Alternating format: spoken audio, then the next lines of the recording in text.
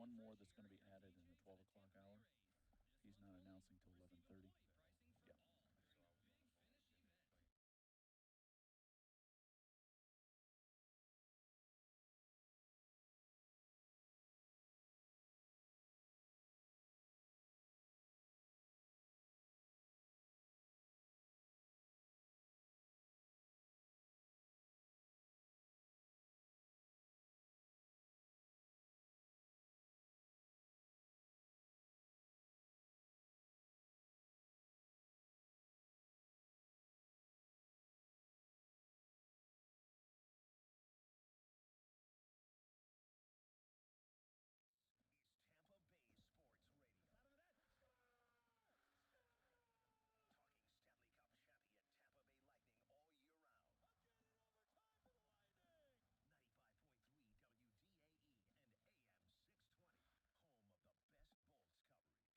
Do they want to be great?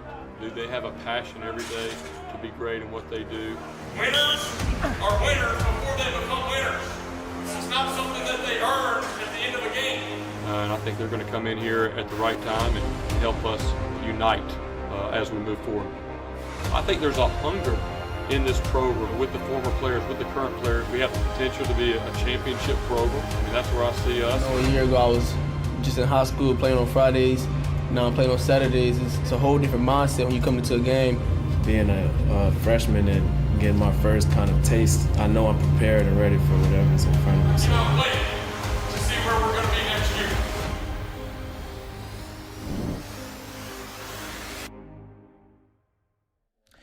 Well, good morning and good afternoon, Bulls fans, as we are inside the Selman Center, actually inside the football lobby. Jim Lighthall, Sam Barrington, two members of the radio broadcast team together for this National Signing Day live stream. Sam, I'm so glad to spend it with you because you're as pumped about the Bulls' upcoming season as I am. You know what, that's right. We were robbed of a few games this year, so we didn't get the opportunity to spend as much time with each other as we would have liked to.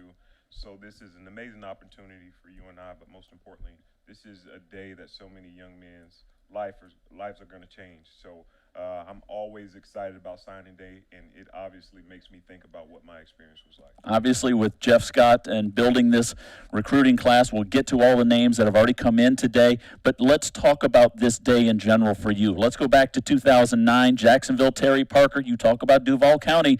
I mean, you were a young, fresh-faced kid putting your pen to paper and probably faxing it in 2009. Yeah, you know what? I can't tell you about that entire process, the faxing, et cetera, but for a lot of people don't know, Coach Scott actually recruited me when I was in high school. Okay. Dabo Sweeney had the North Florida area and probably had the entire Florida area at the time. But that was when the transition was happening between with Dabo going to the head coaching role. And so he had to pass off some of his recruiting duties to one of the position coaches, and coincidentally, it was Jeff Scott who was recruiting me. So I met Jeff Scott 12 years ago. 12 years ago this year, and he came and sat in my home. But there was just something about the University of South Florida, the class of guys that I was coming in with, obviously Jim Levitt at the time, and the opportunity to be a part of something that was growing. And still to this day, this university is growing. You look at what's going on around the city of Tampa, not only from an infrastructure standpoint, but how businesses are developing. So yeah, you're gonna come here and play some good football. You'll play against some great teams, but most importantly, you come and you have an opportunity to develop as a professional in one of the best cities in America. So in 2009, you're with that great recruiting class, all the great names that were there at the time. Talk about the camaraderie and talk about now. Twitter was in its infancy, so I don't know if you were checking people out on their MySpace trying to recruit them that way or how that worked, but at that time. But you were trying to recruit people as the kids still are today. Yeah. So, and when you talk about trying to recruit people, I'll tell you what that process was like and the guys that were in my immediate proximity.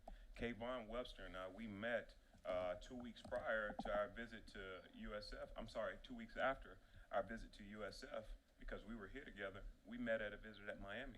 And I asked him, I said, what do you think? He said, man, it's a good chance that I could go to USF. Okay. I said, you know what? Nobody knew at the time, but I had already committed probably 4 weeks prior. I just asked my recruiting coach at the time just to keep it on the low, allow me to go out and continue to have conversations with schools and let me get the full experience. And sure enough, I stayed here. But yeah, you're right. I was having those conversations with Kayvon Webster. I I was having those conversations with guys like Ivan Nicholas, Stephen Nicholas's younger brother, Mm-hmm. who wound up playing at Ole Miss, and then even a guy like Eric Watts, who wound up going to play linebacker for the University of Illinois. So it's very important, you know, if you know there are guys in your area that can ball just like you know that there are guys in your area that can ball just like you, yeah, tell them, hey, come join me. Let's go make something special together. Well, it's all about the recruits right now for 2020, and Jeff Scott is obviously putting that class together. Let's take a shot of our big board, because the coaching staff and the recruiting staff obviously has been working on the board throughout the course of the morning as they've been putting the names up.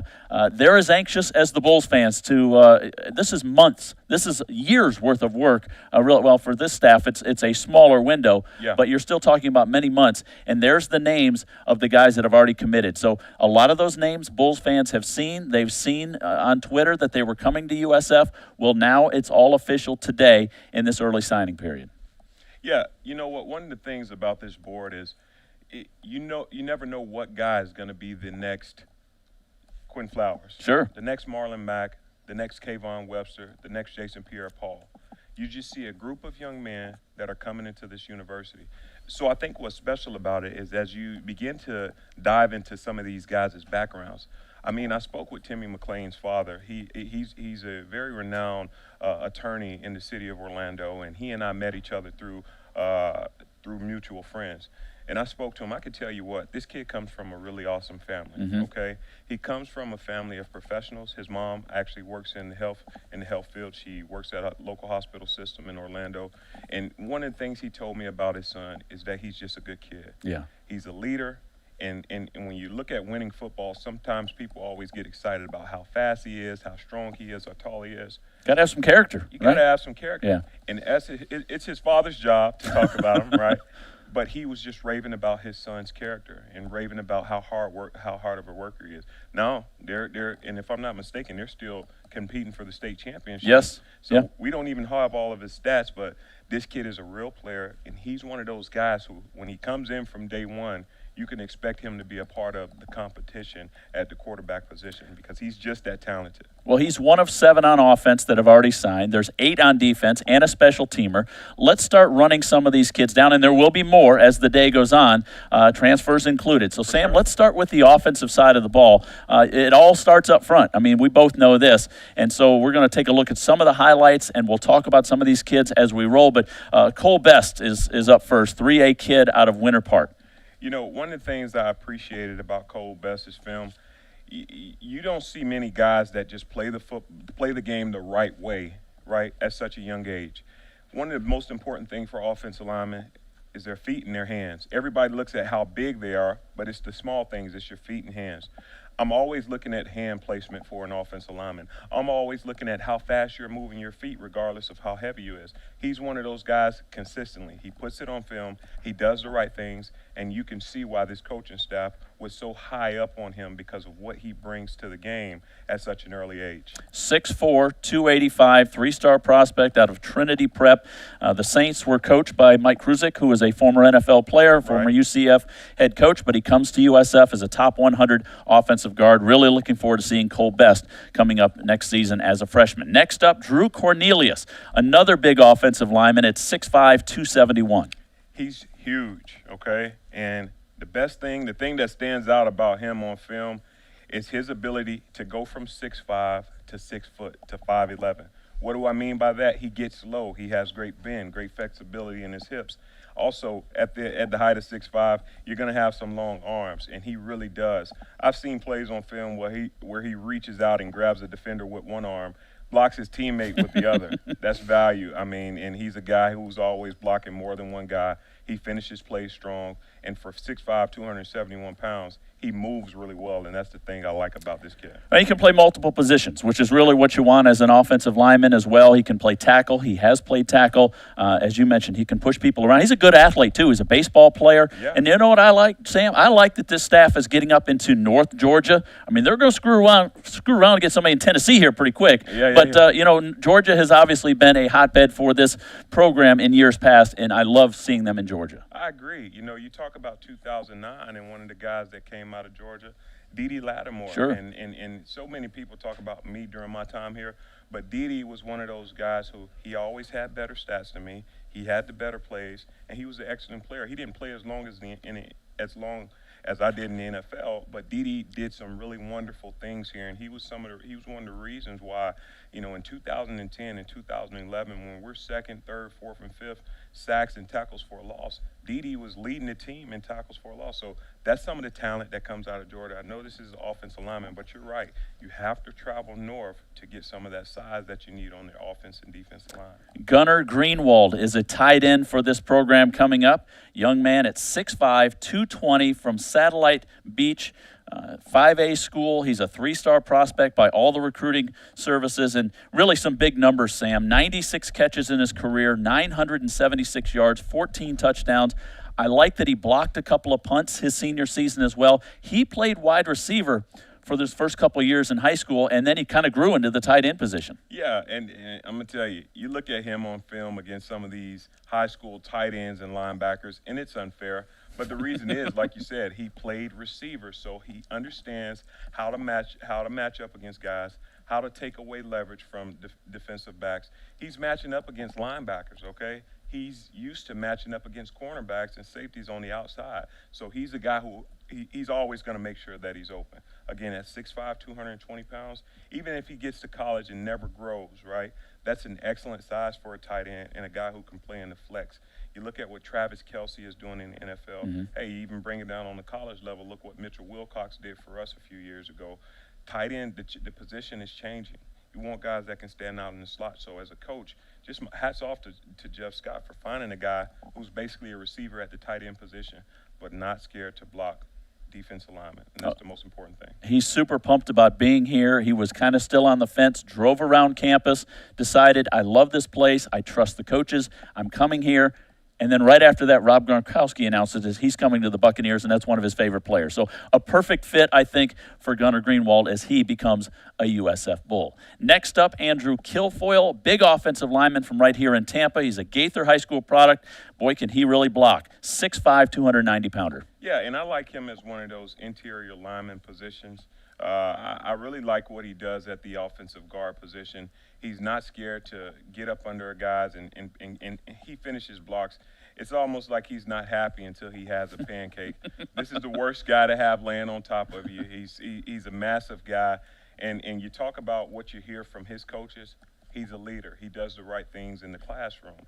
Again, more guys that just have great character, and it's a beautiful thing to see Coach Scott's first recruiting class just have a foundation of guys with character. You want talent, but the character is when you're going to see guys graduating early. The character is what brings you to an undefeated season and get you ranked, because when times are hard, it's not your talent that gets you through, it's your character. So again, really impressed with how much character Coach Scott is bringing to this program with just his first recruiting class. Kilfoyle comes from a winning program at Gaither. They won a bunch of games his junior season, won a bunch of games his senior season. He's a top 150 offensive tackle, and again, versatility. He can play on the left side or the right side. We continue on, and quarterback is usually one of the guys that people want to talk about. You've already mentioned him, TIMMY McClain. This young man is from from Sanford. He played at Seminole High School for the Seminoles. 3-star prospect, and I love a lefty quarterback, Sam. It just looks better than everything else. It does, and for so many years, a left-handed quarterback is a guy that a lot of coaches, they just took him off their pages, right? Because of the spin of the ball? Because of the spin of the ball, yeah. and the average I look at it like this. If the average receiver is used to catching balls from a right-handed quarterback, there's a small change that you have to make in your game to kind of supplement for the location of the ball, the trajectory of the ball, right? If you're throwing an out on the right side of the field, that ball is naturally going to come from a different location than the ball coming out of your right hand. So it's guys like TIMMY McClain, and trust me, there are a ton of guys not only on a pro level but the college level as well who've made that position. I mean, who've made being a left-hand quarterback popular in college football. But TIMMY McClain, he plays the game the right way. You don't see bad throws. You see a nice spin on his ball. You don't see any plop throws where the ball just looks like it's floating through the air. You see some really good deep balls from TIMMY McClain too. And again, last year, right, They play some really good football, play some of the best football that their high school has played in years. Yeah. I think since 2008. 2008 when they had Ray Armstrong and Andre DeBose and all of those guys. So this is just a beautiful thing to see. We have a guy at a position where USF struggled with this last year coming into this program. Coach Scott believes he was the best quarterback in the state of Florida. 6'1", 190, dual threat, can run, obviously, and it comes from a winning program, as Sam talked about earlier. They will be playing for a state championship coming up this weekend. Kadreese Mobley is a wide receiver, 6'4", 200-pounder from Clearwater High School. Sam, the thing right now is to get kids that are 6'3" and 6'4" out on the edge, and he's one of them. Yeah, and the best thing about Kadreese, I mean, he's local, right? He's one of the most talented kids local. This kid had offers from several schools, and he's big, but he's not a big guy who the only thing he can do is get on the outside and catch deep balls and catch jump balls. He's a great route runner. He's a guy at 6'4" you can bring in and play him at the slot position, and he can bring you some production. Again, local guy, he has the body frame where who knows, he could potentially move the tight end one day because he's 6'4", over 200 pounds, but he's still a thin guy. So you can put a ton of weight on him, and he can still keep his speed. A versatile guy, in my opinion. You never know if you'll see this guy playing safety or whatever the case may be. He just has a lot of intangibles, and that's what excites me most about Mobley. He was a former quarterback, former lefty quarterback, in fact, but he can run it, he can catch it, and he can throw it. All right, next up, running back, Kaywan Powell. This young man is from Vernon High School. This is a 1A program, 5'10", 190. He's put up some big numbers as well in his career. 3,700 yards rushing, 53 touchdowns, Sam. He's a runner. He's a runner. He's one of those guys where if he breaks out, nobody's catching him. Yeah. And at 5'10", 190 pounds, I like to see running backs at the 5'10" height, right? Some of the best running backs in NFL history, 5'10", right? The best thing about them is they have low center of gravity.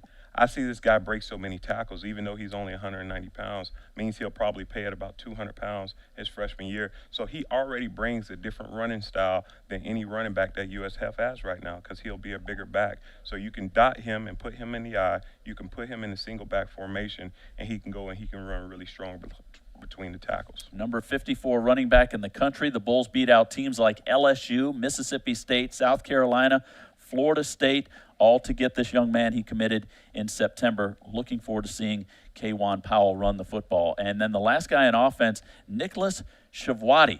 This is a wild card guy. Sam, again, 6'4", 180-pounder, Clearwater Academy International. This is the program in Clearwater that's starting to turn out some kids. And boy, does he look good getting off the bus. Yeah, he does. And I like what you said there, getting off the bus. And you see a lot of skilled players on this current team. They're a little smaller guys, right? Odom's Dukes, he's obviously going. St. Felix is going. He has some really good size. And you remember Stanley Clairvaux from last year. But this guy, 6'4", you get him here, you get him with the strength and conditioning staff, you put a little weight on him, he's going to create problems for defensive backs in the AAC on the outside. And that's one of the things I like about him because he's a big kid, but he's not slow. He knows how to come out of his breaks, and he runs routes the proper way. I hate to compromise size for route running and quickness at the receiver position because you need it. Cornerbacks are getting a lot bigger as well. Yes, exactly. We'll talk about those guys because the Bulls have some as well. Shavwati, by the way, 6'8" wingspan, one of the best at the jump ball. And Clemson has come down to Clearwater International Academy and pulled guys out of there as well. He is originally from Canada, by the way. All right, we're just getting underway. We're halfway through. We've done the offense. Love to talk some defense. Sam's foaming at the mouth as a former linebacker. We'll talk about the defensive guys in just a moment. You are watching National Signing Day live from inside the Selman Center at the football lobby. I'm Jim Lighthall along with Sam Barrington. Stick around.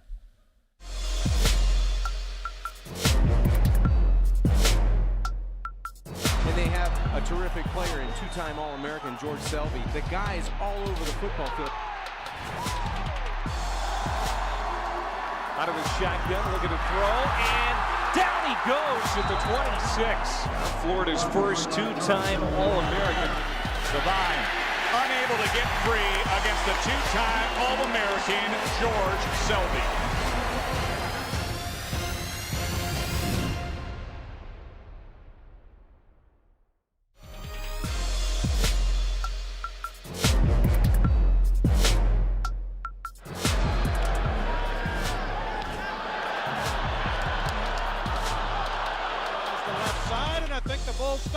The ball comes out. It's picked up by USF. It's Kayvon Webster. He's going to run down the far sideline, and nobody is going to catch him. Kayvon Webster, that's 6 for the Bulls. USF leads Notre Dame.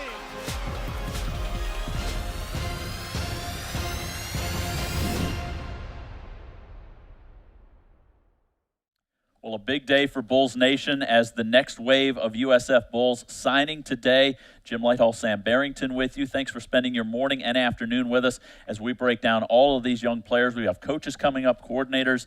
Obviously, Jeff Scott will join us coming up in the second hour as well. Transfers that are coming to this program, Sam. It's not all about the freshmen, but we have covered the offense. Let's dive into the defense. I know you like to talk defense, so we'll get right into it right away. How about Jalen Herring? We'll start with him. 5'11", 175, Lawton Childs High School up there in Tallahassee, 7A program. This kid has done it all. He ran the football this past year, but more importantly, he's a defensive back. Yeah, and if he ran the football, that tells you that he's tough. You get what I'm saying? That tells you that he's tough. That tells you that he has some strength. That tells you that he has some strength in his legs. I was actually talking to B.J. Daniels, who's now the coach of Lincoln High School, and he took his team to the playoffs in his first year as head coach. I asked him about this guy. He said, listen, he's one of those cornerbacks that you're going to love because he comes up and he tackles the football. He's not going to be a pretty guy who just sits on the outside and just covers all day. He'll tackle the football, and he'll hit a ball carrier hard. He tackles the right way as well. Big-time track athlete as well, runs the hurdles, runs the 100, runs the 200, had a pick 6 this year, number 117 athlete in the country. And here's the one thing that I heard about him that I really like. Character is beyond reproach. That's what you were talking about earlier. You want kids that are not going to embarrass your program, that you're going to want to prop up in front of the media, in front of the fans, and all that stuff too.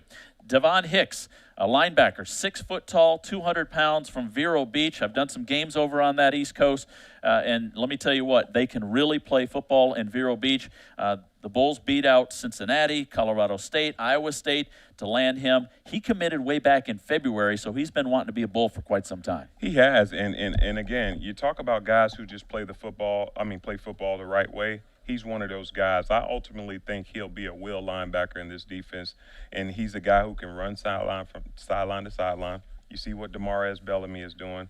He's also a guy who has some really good pop to him. So I imagine he's a guy we'll see on special teams, and he will contribute most on special team as he fights for an opportunity to not only just crack the start lineup, but participate in the 2 deep at the linebacker position. He's a top 60 linebacker in the country. Looking forward to seeing him play inside Raymond James Stadium. Based on that last highlight, he can move the football once he gets his hands on it too, which you want to do. Yeah, exactly. And linebackers always make good running backs. Yeah, well, a lot of them were running backs, right, in high school. Yeah, running backs are guys. Hey, if you're not making it at the running back position, you got some speed, you got some toughness. Maybe you're stuck low on the depth chart.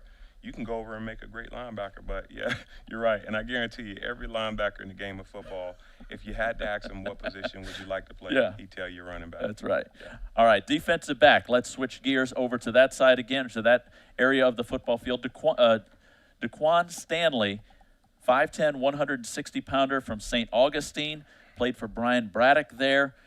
He was committed to Bowling Green at one time. He decommitted. He ends up at USF. He made that decision in June, and you can see by these highlights he can really move with the football as well. He can move with the football, and he's a smaller guy. He'll need some time to put on some weight, but one of the things I like about him is he matches up really well. He has tremendous speed. He has the type of speed. He can never get beat on the deep ball, and he's just a great player. He comes from a great program. His teammates love him. He has some ability to return the ball as well. I mean, you see this play here, over a 90-yard punt return, and he's just a burner. And you talk about guys, 160 pounds, but I haven't seen a matchup that he couldn't take on the outside on film. And these are guys that are over 6 foot, 6'2", From the 6'3", WDAE Florida elevates Central and jumps Credit really Union well. Home Loans Well, he's got Traffic Center. eye-popping speed according to the coaching staff. Here's another thing I like. He's a big-time basketball player. player as well. Yeah. He was a second-team All-Conference up there as well. And another thing, he's got a great story, Sam. He and his brother were adopted by his aunt. After his family situation got a little unstable, he ends up getting adopted. Basically changed his life, and now he's a football player. He's going to get his college paid for. It's really, really a great story. And I can guarantee you, right, if you can overcome that in your life, find a way to beat your situation. Now you're Some going things to in life college, you can just rely right? on, After like the comfy fit of a statistics favorite pair of would count jeans you out, and the tried what and type true of character is performance this of a kid new gonna AC have? system from Amazing Rude. character. Rely And on Rude. I'm not Go going to to stop talking about it because RudeACFlorida.com to that's what you schedule have to service build with a your Rude foundation Pro on in partner today's today. game. Powered Just locally by another Ferguson guy that HVAC. Coach Scott's staff is Whatever bringing to you this send program through the that's US going to bring Postal tremendous Service character. this Where in season 10 years is so from now, much more you than see these mail or kids, packages. maybe they finish playing In every football in the carrier's NFL or hands whatever is a the case may card with be. your handwriting. You're going to see these kids In out in the every community box, making on a every difference in this try, city. is And your that's the message value that you of care. recruiting guys We homegrown. know how He much might be goes sitting in into your your chair. holiday Maybe. meal. We'll 11 or see. 12 years. I I ain't don't know. I'm not giving this one up. All right, Keon Terrell, defensive end, plays out of Fort Myers, one of the best programs in the state. His dad was a great player there as well, a football player, a running back, a linebacker, ended up at Marshall, and Terrell wants to follow in his father's footsteps.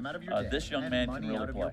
He can, and you talk about, he's not the tallest guy on the outside. You want your defensive ends to have a little more reach, but he has an unstoppable motor.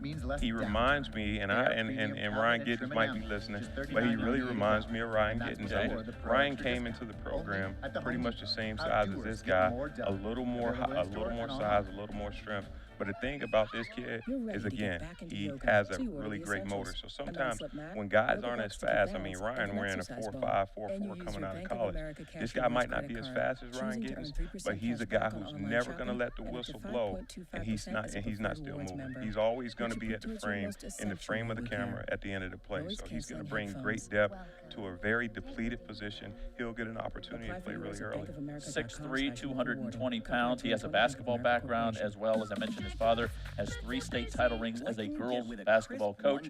He plays power forward. His feet can really move. Looking forward to seeing him coming up. Another kid I'm really excited about, Gabe Neely, 6'4", 175 pounds. Gulliver Prep down in Miami. Everybody was after this kid, Sam, and the Bulls landed. Everybody was after him because of guys like Richard Sherman. He's not 6'4", but he's a taller corner on the outside. Guys like Jalen Ramsey from Florida State, tall corner. Even look at guys that are just leaving here. Mike Hampton had some height on him.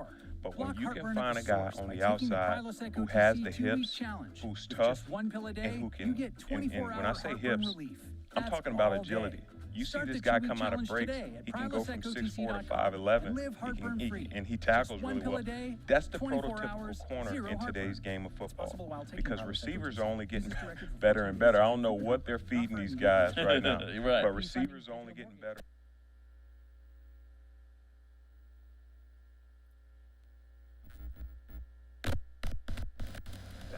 That's going to be beautiful.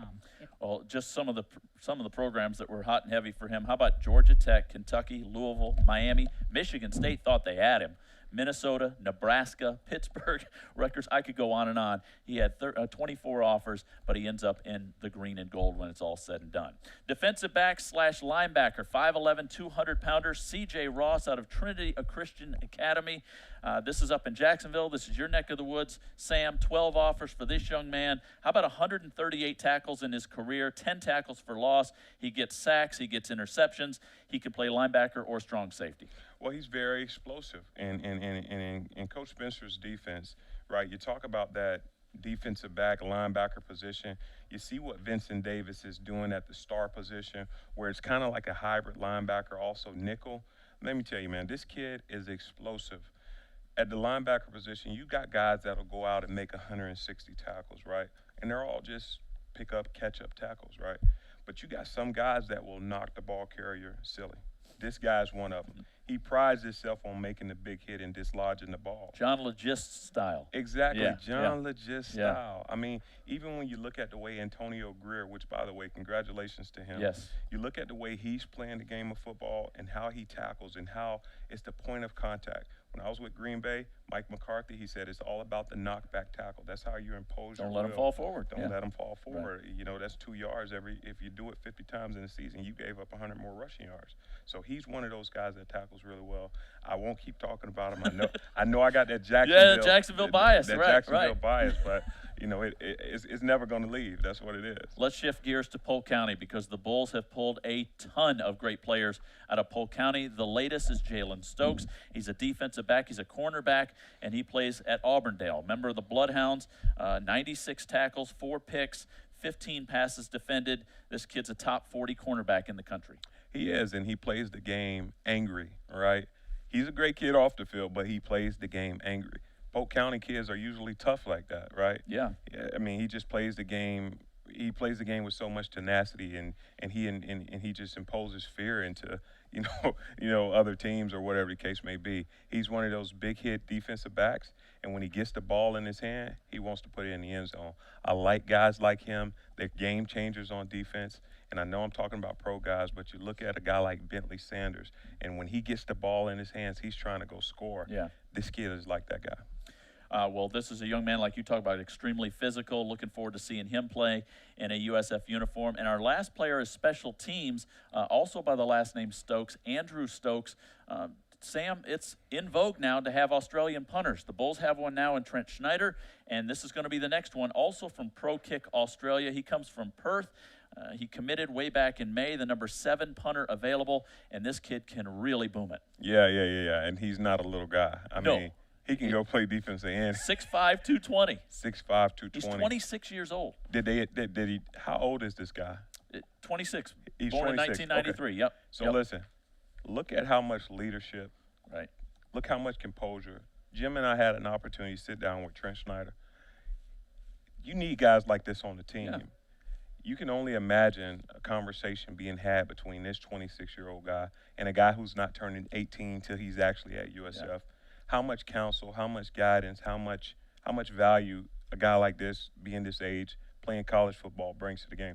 He's going to be consistent. He's going to help change the field position on special teams, and that's vitally important. And I think a lot of coaches don't get out and find good talent like this. I'm glad that USF is taking advantage of this pipeline started with Trent Schneider. And the old joke is that we hope we never see him on the football field at all his entire career, because that means the Bulls are punting a lot. And so you know what I mean. You know what I mean. But when he gets his opportunities, I just hope he makes it special. And he'll have an opportunity to sit behind Trent Schneider to understand what it's like to play the game, because there is a learning curve.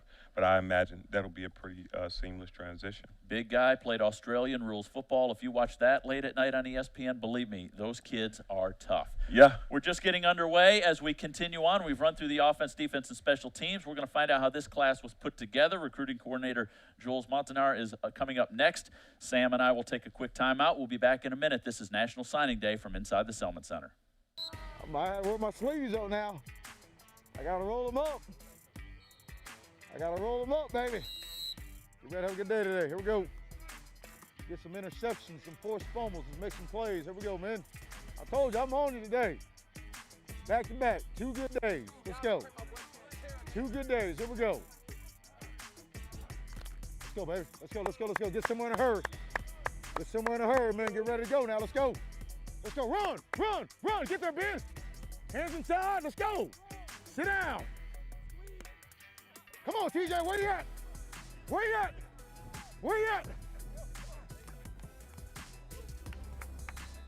Trying to go. Power rate back in me, baby. Hit. There you go. Next shot. Here we go. You guys on camera, you know that, right? Come on, back pedal. Come on, get out of the break. Too much sauce for him. Finish. Got it, baby, good. Find it, locate it, go get it. Got it, baby, good. Hit. We're 3 for 3. Here we go. 3 for 3. 4 for 4. Good. You got any high quality fire rate? Give me a violation. There you go. I like my job too. Oh, you threw the ball out of bounds. I need you to keep it inside. Okay. Tom Brady. I believe you. Tom Brady here. I thought you. Hey, I never said you won 4-3. You missing somebody. I just hear, huh, I'm 4-3, I'm 4-4. Okay. All y'all. Okay, what? I'm not going to say the word until the clock comes out. Go, go, go, run. Ball, finish, finish, finish, finish. Come back to the ball.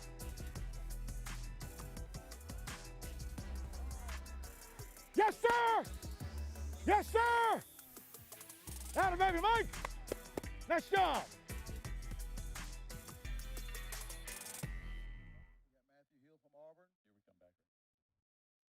All right, welcome back, everyone. As National Signing Day continues, Jim Lighthall, Sam Barrington, joined now by recruiting coordinator Jules Montanar. And Coach, good to see you. Boy, I know that chair feels really good for you right now because you've been working your tail off for the last year. Absolutely. We've been working our tails off. First off, I want to say we had a great team recruiting. Shout out to our recruiting department. They did an unbelievable job. Mike Giglio, Justin Sparrows, Charles Lovett, Albert Boone, Sierra White, Lacey King, Brandon Whitley in the graphics department did an unbelievable job. Worked hard during the pandemic, and we're really, really excited about today. This recruiting year has probably been more challenging, more difficult, more rewarding maybe than any you've ever been through, I would imagine.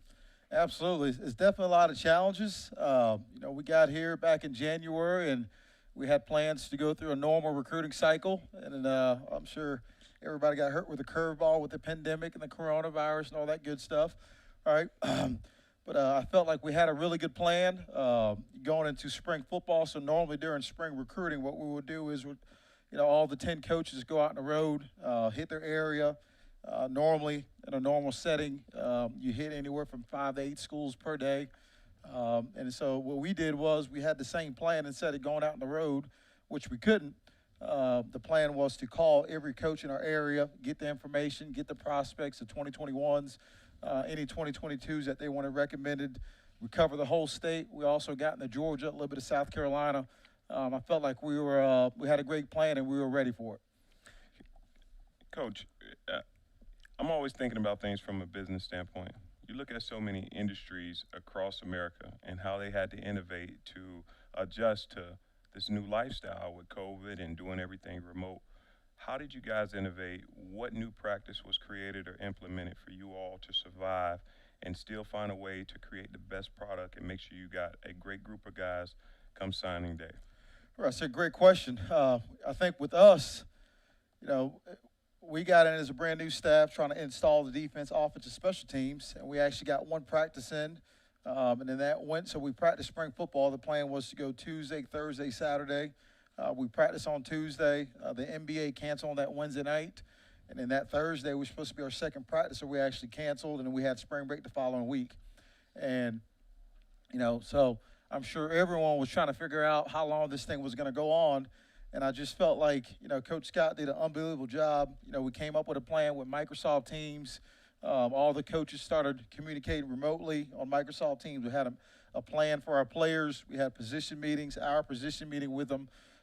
We did our recruiting on Microsoft Teams. I felt like we did a really good job of anticipating the problem, if you will, and we had a really good jump start on it.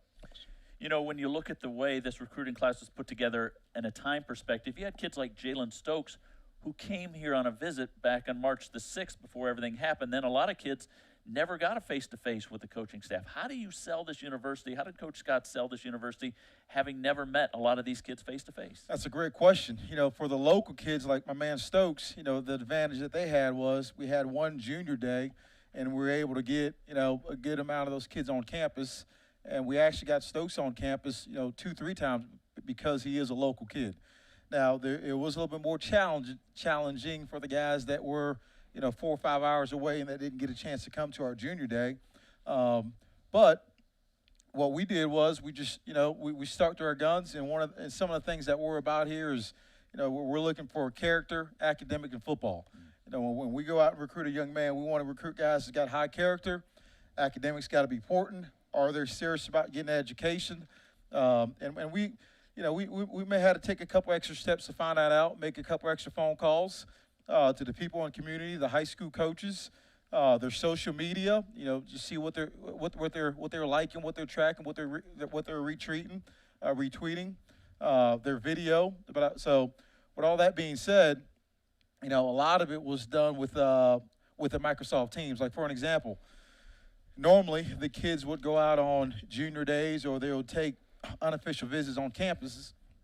You know, so instead of doing that, what we did was we had a virtual unofficial visit where, you know, whatever the position may be, it'll be Coach Scott with a wide receiver coach and a wide receiver and his family. You know, same thing with the D-lineman. Coach Scott with a D-line coach and his family, you know, et cetera. And we're presented the coaching staff, got a picture of all of our coaches and their families. This is our facilities. This is our academics, the city of Tampa, Busch Gardens. We try to paint the picture for them. Mm-hmm. And when it's all said and done, I feel like we got the right type of guys in here. You know, obviously we had a challenging season this year. And I would say about 99.9% of the guys that are committed to us, that are committed before the season, ended up sticking with us. Awesome. You talk about the right type of guys, right? And I think every defensive back coach, right? Every guy has their own philosophy on what they want in a defensive back, whether it be the corner or the safety position. You guys got two guys that are 6'4", and when you look at the development of the receiver position in today's game, what type of strengths do you feel like that height and that reach is going to play out against receivers that you all are facing this conference? I know you're going to have heck of some really awesome battles in practice. And then I also want to hear about the transfer guys you guys have coming in and what it took to get those guys here committed to USF. Absolutely. Great question. You know, like you mentioned, the game has changed these days. If you pay attention to college football, majority of these guys are going 4 open, 4 wide receivers. They're going hurry up, 90 plays per game, 100 plays per game. They're trying to score 50 points, you know, 600 yards. You know, they're just throwing it up every play. And from a defense perspective, if you let them, they will do that the entire game. Yeah. And if you look at the NFL, if you look at the Chiefs, for an example, all right, with their style of play, the quarterback they got, the wide receiver they got. Now, I'm saying all that to say this. Okay, all these offensive guys got these, you know, big-time wide receivers. From a defensive perspective, you need guys to cover these guys. You know, you got some 6'4" wide receiver, you know, 6'2", whatever the size may be. But these guys are extremely talented, extremely versatile, great ball skills, and you need a guy on the defense side of the ball to, number one, be able to run with them. You got to play on the perimeter, and number two, you got to play the ball in the deep part of the field, which I think is one of the most challenging thing these days is find a defensive back that can play in the deep ball in the deep part of the field. Back in the day, okay, it used to be, you know, you run the ball, action pass, throw it deep. Now every play is a deep ball, right? All right, and you got to have guys. It's so important. And some of the guys that we got committed to us, a lot of those guys possess those skills, extremely great ball skills. You guys talked about Daquan Stanley, young man out of St. Aug. We're fired up about him. Extremely great ball skills. Gabe Neely, another big cornerback that we got. And some of the guys in the transfer portal that we picked up, we're fired up about them.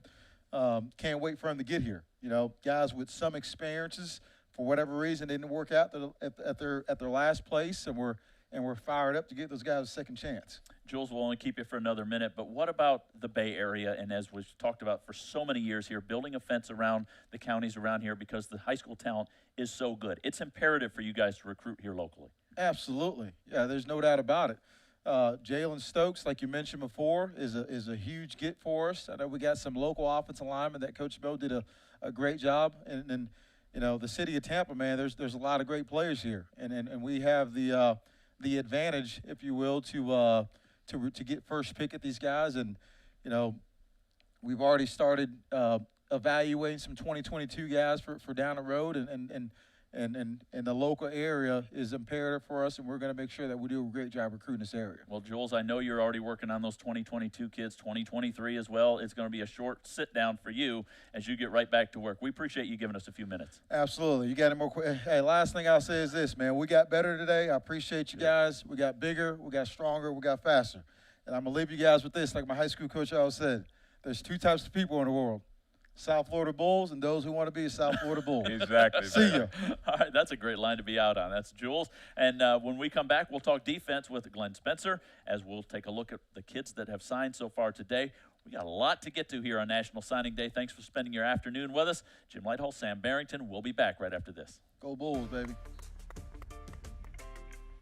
Great focus, mental focus. What are you going to bring to the table today? go. What's going to be your contribution? Think about your day. Focus. Assignment. Be proud of your work. You leave that field today, right? Be proud of it. Eyes, hands, and feet. Bend, bend, bend.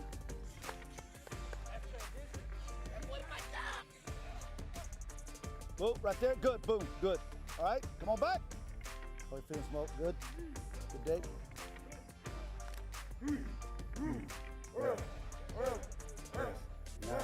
No. Attaboy. All right, here we go. Let's go, D. Let's go. Oh, yeah. Here we go. Knock him back. Knock him back. You got to get tighter. Yeah, now knock him back. Don't let him jump down. The goal is to stay alive. Hit. Go. Cut. Good look. Good look. Oh, he's in those feet. Drive. Good look. Keep it alive. Keep it alive. Good hands. Good. Hey, nice job, Mac, of bending right there. Y'all saw how he bent, right? He bent. Too slow, man. Too slow. Fast feet. Just some fast feet. The second one, right? The second one. You start to do that. Just feet right. Give ground right. You just say, no way in hell they're going to get to my outside leg. All right, here we go. Set. You always got to be ready for those hands. High, low, feet alive, strike. Quick now. Quick twitch right here. Okay? Pain of discipline, pain of regret. Go. Beautiful, Cope. Nice, nice, nice. Good. Let's go. Y'all good? Y'all good? All right, let's go. Come on. Speed, speed. Let's go, speed. Rush, rush. Let him throw. Get it out. Good job. Good job, Bellamy. We'll get better. We'll get better. I'm going to have an aneurysm. I'm going to blow my top. We'll get better.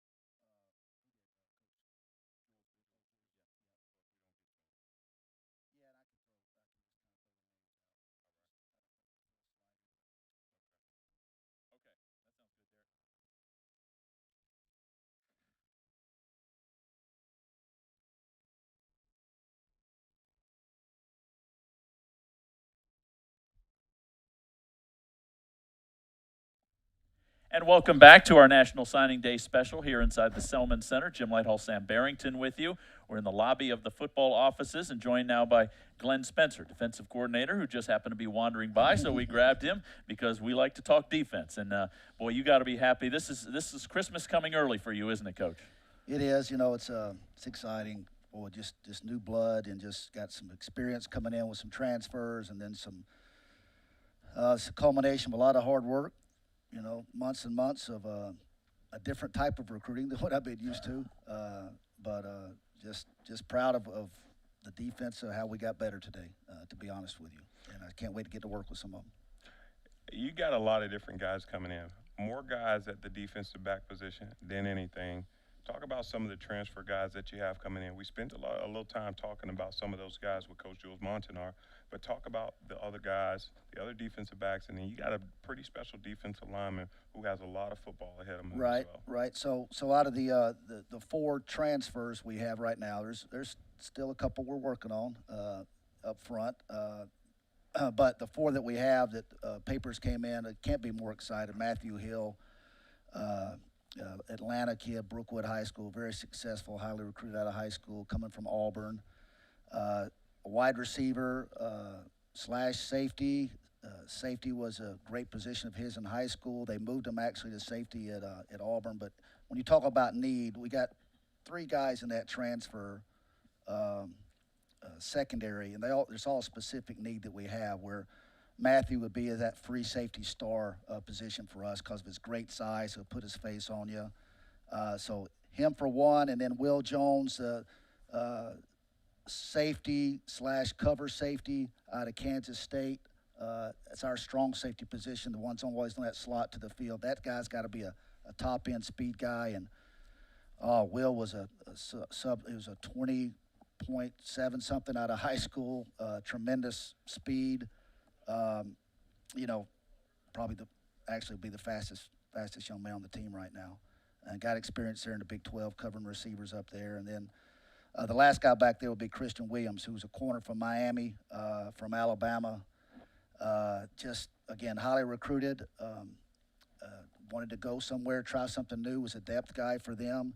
Christian's got great corner skills and can play the nickelback. So 3 guys back there with all three different skill sets we identified early. And to be honest with you, to thought we were going to go 3 for 3 with those guys was kind of a pipe dream a couple months ago. And looky here, you know, where we're at today. So very extreme. Lastly, you mentioned Jamari Stewart, defensive end. Sam, we need some pass rushing ability, and just really this guy's ceiling is so high. He's long, 6'5"-ish, 220-ish range right now. He's going to be massive. He's got a unique skill set that we might not have on the roster right now, and we'll get him in January. All these kids are January admits, which is even better. Mm-hmm. So we'll have these guys in spring ball. We'll have these guys in less than a month. So I'm chomping at the bit already to get the playbook to them and get some cut-ups to them, get them learning right now. Coach, in addition to those guys that are coming in, the transfers, you've got some early enrollees. How important is it for those guys to come in early and get the system down? Because you didn't really have that this past spring. No, and it's there's an argument to both sides of it. Obviously, they get the terminology down, they get some teaching down, they get a spring ball, an off season. You can't say that's a guarantee they're going to play earlier than the guy who doesn't come. It just kind of depends on how each kid develops and how he treats that time. But yes, I'm excited to have both the backers, both the linebackers will be in spring, enroll in January. C.J. Ross out of Jacksonville will be coming in early, and Davon Hicks out of Vero Beach.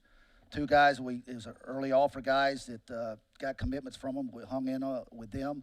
Jalen Herring will be coming in also. Had some shoulder work done, so he might not be full go right away. I'm trying to think of other mid-year guys. I think were those the only 2? Do you guys know off the top of your head?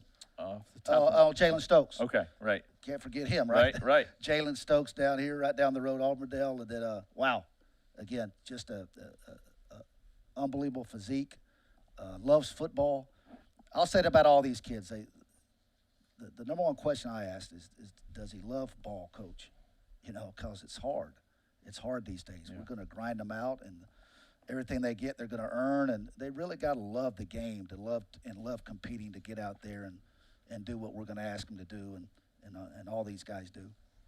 Coach, one of the things that I thought about the linebacker position, I think it's so crazy that you can look at the spectrum of sizes for guys at that position. You see guys that are just tall and long.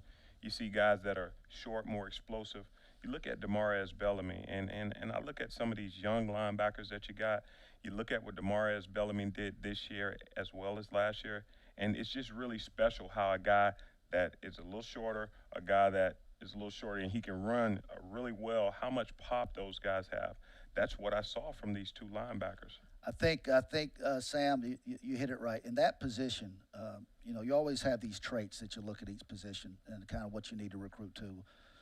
Definitely, you have to have the size up front, and then the back end, you want some length, right? And just for the deep balls and some certain skill sets. And the top skill sets at that position aren't size. Yeah. It's like you said, it's guys that have fast twitch, guys that can separate off a block. And as you know, right, guys can tackle in space. Now, the bigger you can get them, better. But that's not a big determining factor of the success he's going to have at that position. The production comes out because I've had them all shapes and sizes. You're exactly right. The production's going to come by how smart they are for adjustments, and then their collision speed. Collision speed, that's a good one. Collision speed, I always look for that. And if you watch tape on these guys we're bringing in, you see that. Yeah. I got to see them tackle in space, Right. And I got to see their collision speed. Are they coming and grabbing, or are they Exactly. trying to put their face through somebody? Exactly. And the last time I checked, it was a violent physical sport. Yeah. Right. So that's what you got to recruit.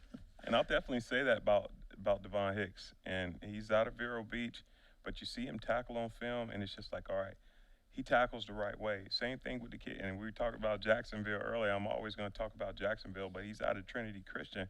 And again, he tackles the ball the right way. And then he stands up, looks at the ball carrier, because he knows how good he is. He knows how he can impose his will. You said collision speed. And that's the approach that you bring as you're tackling a guy. I said point of contact earlier. Mike McCarthy always said he wanted to see knockback tackles, and this guy knocks guys back when he tackles. And I'm just so excited as a former linebacker at the University of South Florida. I'm just so excited to see us bring in guys with that type of capability. And it's what's funny, you mentioned these kids, and you just can't get the wrong idea, because both these young men, a lot of these kids off the field, it's like they're chiseled men of character. But when they cross that line, I want them to have a little chip, right? I want them to play nasty. I want them to be physical, and they are. So like you said, those things you see kind of after plays and between plays, you pick up a lot off that. But if he walked in this door right now, you go, man, this guy's he's an altar boy. Yeah. He's a good guy, but hey, he gonna hit you. He'll hit you. Exactly. Defensive coordinator Glenn Spencer with us right now. Let's talk about two guys that you just picked up. Keon Terrell, kid out of Fort Myers, a tremendous high school program there. Comes from great bloodlines. And then on the back end, we talked a lot about Gabe Neely, who looks great at 6'4", can maybe play corner, maybe play safety. Where do you put him? All right, first, Keon, a need we have schematically, as y'all saw last year, sometimes we're in a 4-down. We didn't play as much 4-down as what I'm used to, and it's really just some roster deficiencies that we had. So Keon would be that 5 technique. He'd be that 5 technique. Mike could play some 4-eye, has the hips to give you some pass rush. So a guy to be able to play a 5 technique and a 4-down and move down to the 4-eye in the 3-down scheme that we run is pretty versatile. And Keon could do that. He's just saw a picture of him his coach sent the other day. He's changed his body already from when he committed to us, which is good because he's busy right now, eating good and lifting good. Coach, how about his motor? And again, I just don't.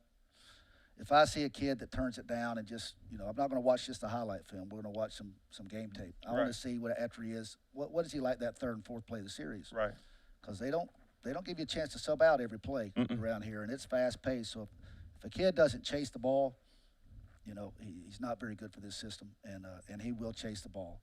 And a great program. They're coached hard down there. Exactly. Fort Myers. So that has a lot to do with it too. And then Gabe, you look at the physicality he brings to that corner position. That's what I'm looking forward to out of him. And you see the length on tape, and his speed is deceiving. Because he's such a long strider. He's gaining a lot more ground than a 5'9" corner might be turning those feet over faster, but they're not going any distance quicker than him. Exactly.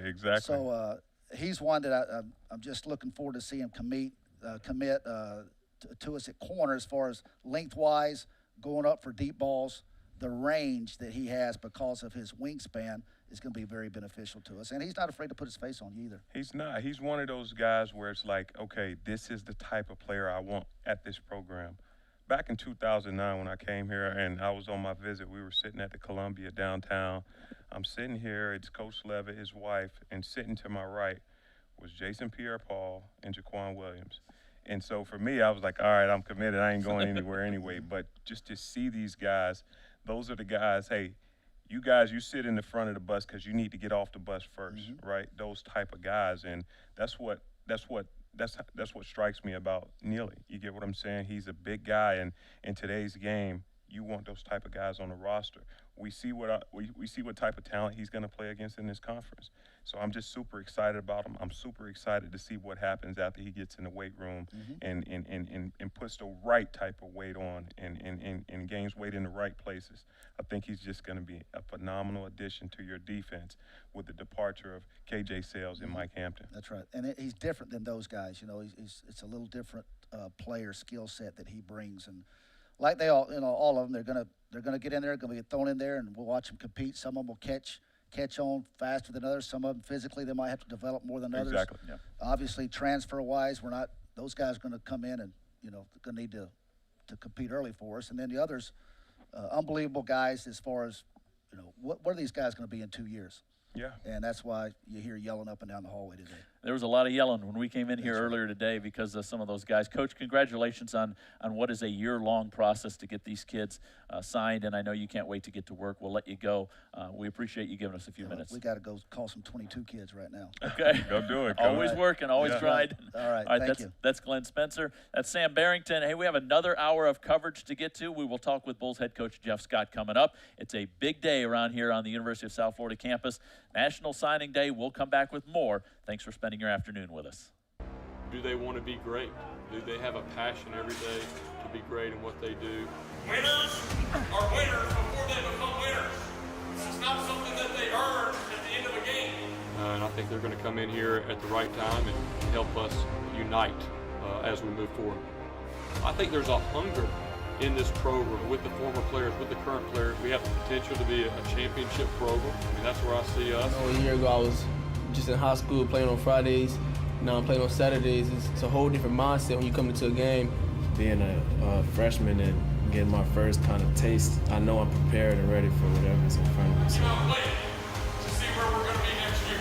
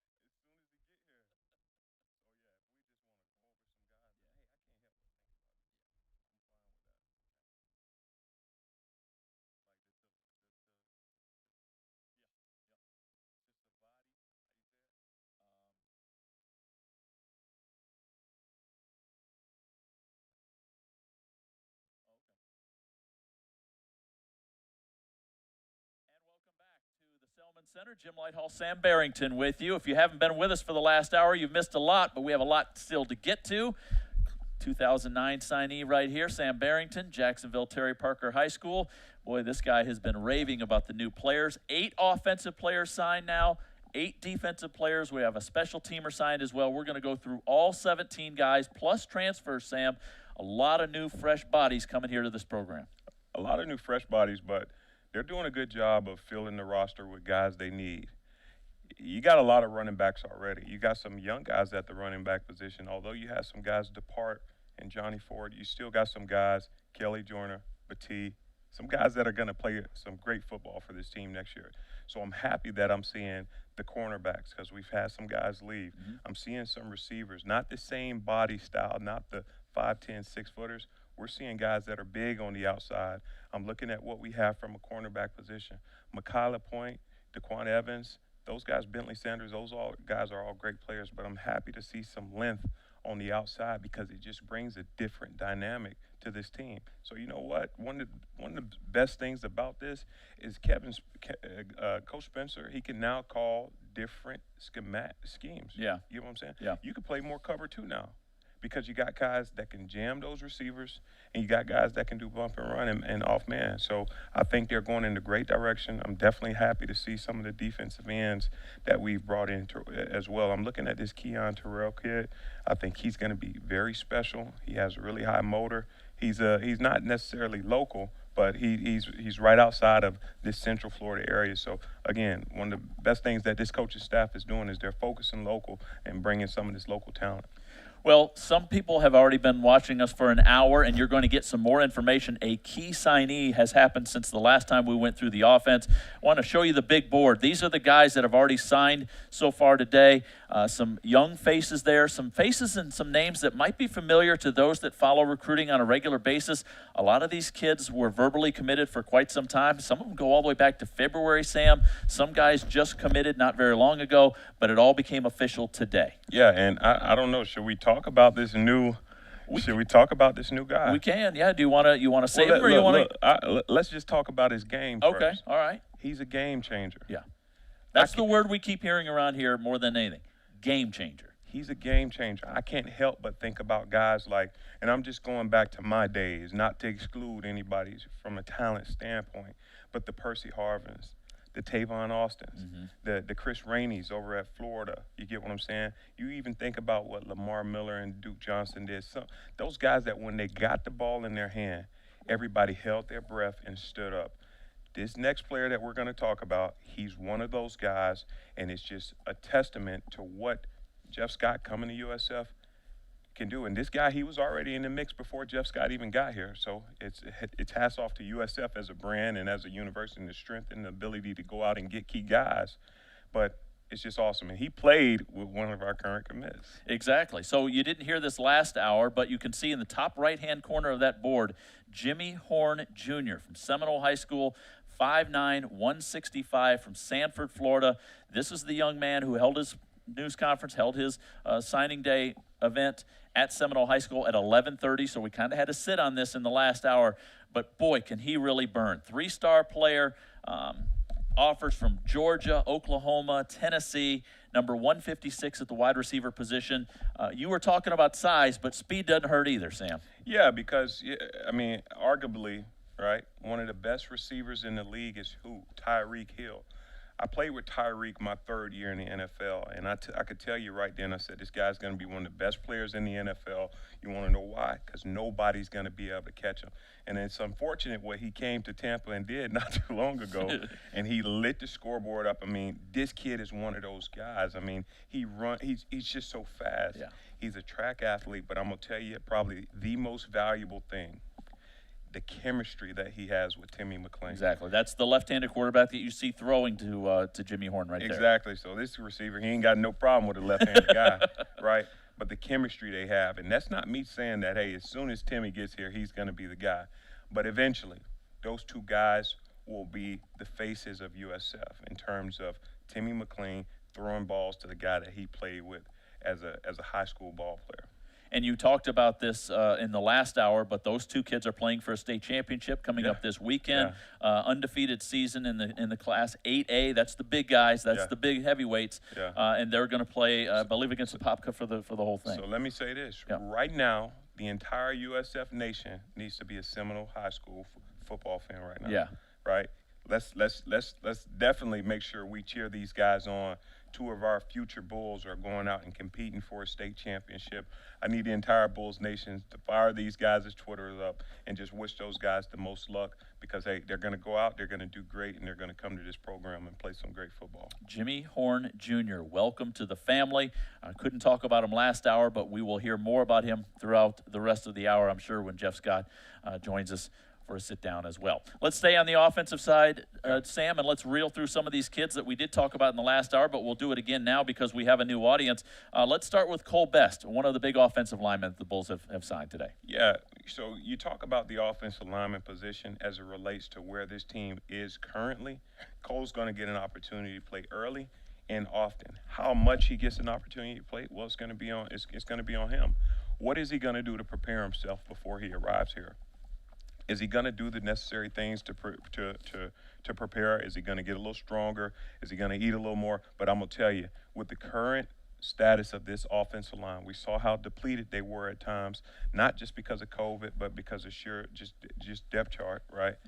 He's going to get an opportunity. And because of the way that he plays the game on a high school level, if he takes that next step, I'm excited to see what he brings to the game. Whatever guy is standing back behind the line of scrimmage, playing the quarterback position. I think it'll be Jordan McLeod, at least as the way we see it now.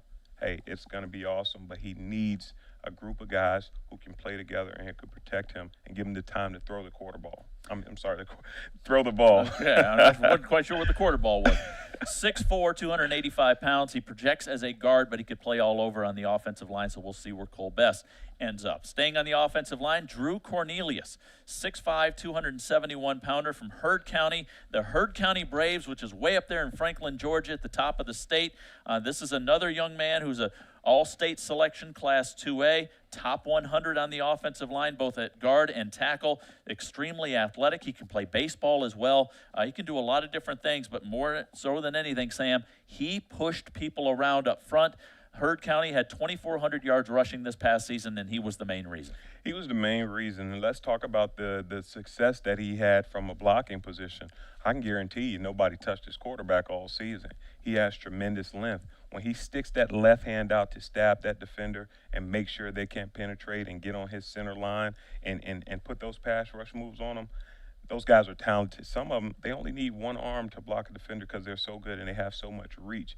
I'd be very interested to know what his wingspan is because he's a really tall guy, and he's a guy that over time, that guy will continue to get weight put on his frame, and by the time he gets ready to leave this university, I'm thinking of guys like Quintarius Eatman. We know about some of the awesome offensive linemen that played at this university years ago. I think he's going to be one of those guys who has the potential to end up in that category. Key word that we'll be using throughout the course of this hour is potential. Boy, there's been some good tight ends come through this program as well through the years, and maybe Gunnar Greenwald is next. This young man is from Satellite Beach. The Satellite Scorpions play out of the Class 5A. He's a 3-star prospect by 247 Sports, Rivals, and Scout. He can really catch it, though. Sam, 96 catches in his career, 976 yards, 14 touchdowns. He had 7 of those in his senior season and didn't start playing tight end until his junior year because he was a wide receiver. Yeah, and he's one of those guys, you know, when he was young, before he started to hit that second wave of puberty, right? Before he started to hit that, I mean, he was a tall guy, really lanky, had some great length, and yeah, he looked great as a receiver, but he still retained his route running, he still retained his quickness, but he's a very dominant tight end. He's a matchup nightmare, and you're right. We talk about quarterbacks and receivers, but your offense is nothing if you don't have an elite tight end, a guy who can stretch the seam and run down the middle of the field and catch the ball over linebackers and safeties. He was here for junior day at USF, so he's been on campus before. I'll tell you the quote I like: full trust in every single one of the coaches. There's something different about this place. That's what Gunnar had to say about USF. We're glad to have him on board at the tight end spot. Let's shift back to the offensive line. Andrew Kilfoyle, Tampa Bay area residents know all about this young man from Gaither High School. Boy, Gaither, the Cowboys have been so good the last couple of years. And again, he protects the blind side. This guy's going to enroll in January. He's going to get a head start. And he's one of those guys, at the end of every play, you see a guy on his back and you see a guy on top of him. He's the guy on top of him. And he's just a really tough guy.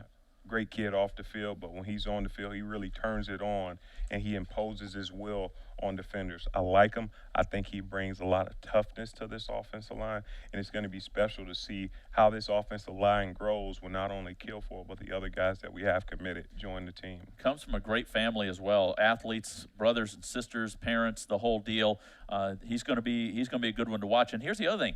He was playing 8-man football till a couple of years ago, so he picked up the 11-man game pretty quick. Obviously, he's done it pretty quick because he's got a scholarship to the University of South Florida.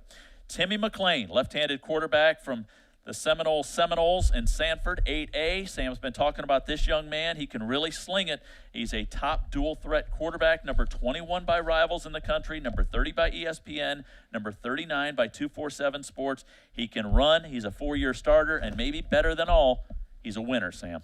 Yeah, a lot of people regard Timmy as the best quarterback in the state of Florida this year. They say that he's overrated, and I'd have to agree once you look at his film. One of the things when you hear dual threat quarterback, for me, you just think of a guy who all he wants to do is run. Timmy knows that he can run the ball, right? But he stays in the pocket. He trusts the progression of the route tree and the receivers. and he throws the ball, right? He sticks back there because he wants to make the big throw. He wants to put guys like he wants to put guys like Jimmy Horn Jr. in position, and he's the main reason why Jimmy Horn has had the success that he's had. Now, don't get me wrong, Jimmy Horn is an awesome player. He's a dominant player. He has some of the most speed that I've seen from the receiver position. But again, you can't get that done without a quarterback. And Timmy McClain, he puts the ball in the right place. He's a great leader. Again, I spoke to his father this morning, and his father could not stop raving about the character that his son has. And what it shows me about when you hear character at the quarterback position, that's the guy who's going to lead your team to championship, whether conference or national. Well, we know about Jimmy Horn Jr. He's small and quick, but Timmy McClain is going to be looking at some big wide receivers as well. Cardrice Mobley is one of those out of Clearwater High School, 6'4", 200 pounds. This kid had 39 catches. 39 of 73 throwing this year, 274 yards rushing and 818 yards receiving. He accounted for 21 touchdowns in a variety of different ways. Yeah, and the awesome thing about it, man, is who knows what our landscape will be like next year. But you saw what happened this year, and the quarterback position was very depleted. I mean, plus or minus 1 or 2 games, 1 or 2 guys, you never know who you're going to have playing quarterback. So it's great to know that Cardrice could play the quarterback position. Not saying that he need to, because the depth chart is really thick right now, but that also just tells me that he has very high football IQ. If you're playing receiver position, you know what it's like to play quarterback. You're going to make sure you're staying on that time and in that route. You're coming out of your break at the 5-yard mark and not the 5.5 or 6-yard mark. So it's just great. You see a guy that plays not only multiple sports but not multiple positions in the game of football. He's going to be a great player for this program. 2 guys on offense left, Sam. K'Wan Powell is one of those, a running back out of Vernon, Florida, 1A program, the Yellow Jackets. How about 3,700 yards rushing in his career, 19 100-yard games, and by the way, he had 53 touchdowns. Yeah, one of the things about this guy is he has probably some of the best balance I've seen for a running back coming out of high school. 5'9", 190 pounds. He's stout. He can probably you'll probably see this guy playing about 215 by the time it's all said and done. But again, tremendous balance. He's a guy who can block defenders coming off the edge. I've seen on his film, you got defensive ends who come and try to rush against this guy, and he's blocking defensive ends. So he'll definitely have some competition when he arrives here. We got a really deep running back room right now, but he brings a little different level of play to the game. Again, he's a stout guy, has some really thick legs, and he's a guy who can get those tough extra yards that you need. Committed early in September. Pat White now has him in that running back room. Looking forward to seeing him. And Nicholas Shavwati. This is from Clearwater Academy International. Big wide receiver, 6'4", 180 pounds. He's a Canadian. He committed on July 4th of all days, believe it or not, but it's 6'4", and he's got a 6'8" wingspan. He could be a lot of fun. I won't say could, Jim. I'm telling you, he's going to be a lot of fun. I'm ready to see this guy and Neely in 101s in practice in the spring. As a matter of fact, man, Coach Jeff's guy, he can sell tickets to that because it's going to be something to watch. I mean, just so many guys with length on the outside is something that USF hasn't had in a while. So it's going to be really beautiful to see these two guys go at it. But again, people don't talk about strength and conditioning in college football enough. That's going to make the difference between who this guy is at the age of 18 and the age of 22. And I have full confidence that the current strength and conditioning staff is going to progress those guys. You look at Dwayne Boyles. Yeah. He's changed his body. He's changed his body. Obviously, there's a high level of commitment that has to come from the player, but I think it's about the staff, and they have to set the expectations. They have to give the young men the resources they need to go and get it done. We talked with defensive coordinator Glenn Spencer in the last hour. We will talk with offensive coordinator Charlie Weiss Jr. coming up right after a quick timeout. Thanks for spending your afternoon with us. This is National Signing Day from the University of South Florida. Let's go, let's go. Drive it up. Drive it up. Get loose, get loose. Mic'd up. Hard Knocks this year? Who has it? Rams and who? Oh, both LA teams. What's the difference between Lil Baby and Da Baby? I don't know. This is Da Baby, right? Right. But we don't like him? I gotcha. I think we got cameras too. You get your Dak Prescott on camera today. Go, Kate.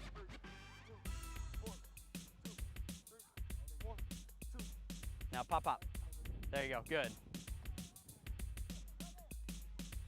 Good, good ball, 3. Good ball, 3. Good ball, Cade, let's go! Whoa!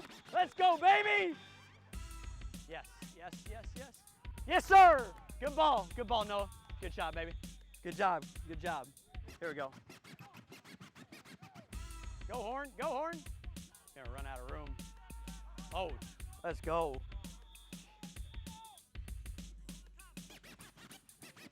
Check down. Oh, good ball, dude. I see it, Cade. I see it, Cade. Good shot. Good ball location. Great ball location. Oh, yeah. Oh, ooh, ooh. Back to back, let's go! Let's go, baby! Keep it rolling. Good ball, Jordan.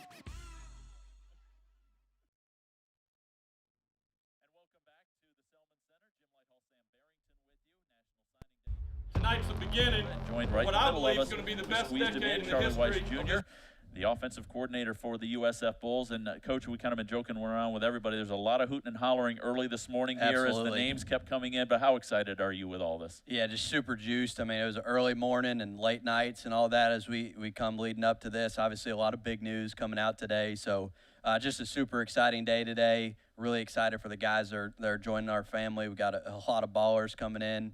So they're going to make an immediate impact and give us a lot of help. You always think you're sure you have somebody, but you're not sure until you're sure. And, Exactly and today right. you got some guys. And let's start with Jimmy Horn Jr., a young man who at 11:30 or so today announced at his high school that he was going to come to USF.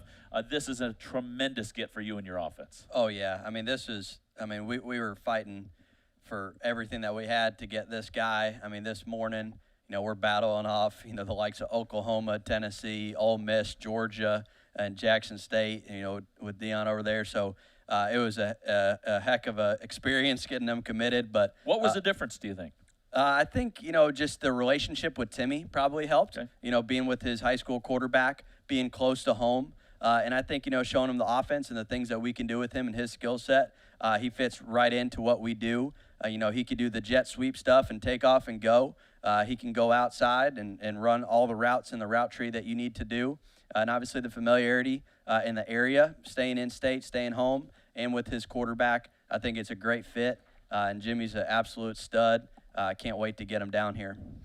The situation is different for every guy, right? Right. But the average guy, not necessarily the average guy, what is it going to take for these players to come in and make a difference from today up until the time where they arrive in January?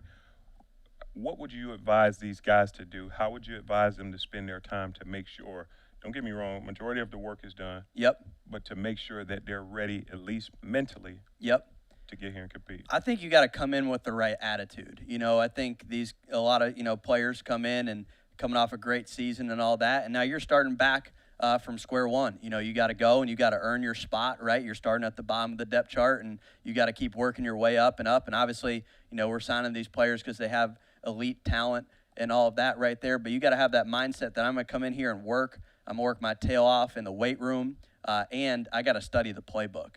I think a lot of these guys have the talent to do it, but it's all about coming in early and learning the playbook. I think that's what really separates a lot of these freshmen that maybe redshirt compared to the ones that get on the field right away, is who can pick up the playbook, who can study and put the time and effort in to be the guy from an early age. Coach, we talked about Jimmy Horn Jr., and he's smaller but super fast. Yep. Talk about the two big receivers you have on the outside that you're going to win some jump balls in the corner, aren't you? Absolutely. Yeah, Nick and Cardrice are really big-time players outside. The big thing is we're looking for those guys that you saw that Coach Scott had at Clemson, right? The T. Higgins, the Justin Ross, Sammy Watkins, all those guys that can play, into the boundary and win those one-on-one conversion throws and do all those things that Coach Scott loves to do. And obviously you saw, I think, maybe in the last couple of games, especially against UCF, when you're able to hit those conversion throws and those one-on-one go balls where they go jump up and get it, you just get those explosive plays, and it makes scoring a whole lot easier.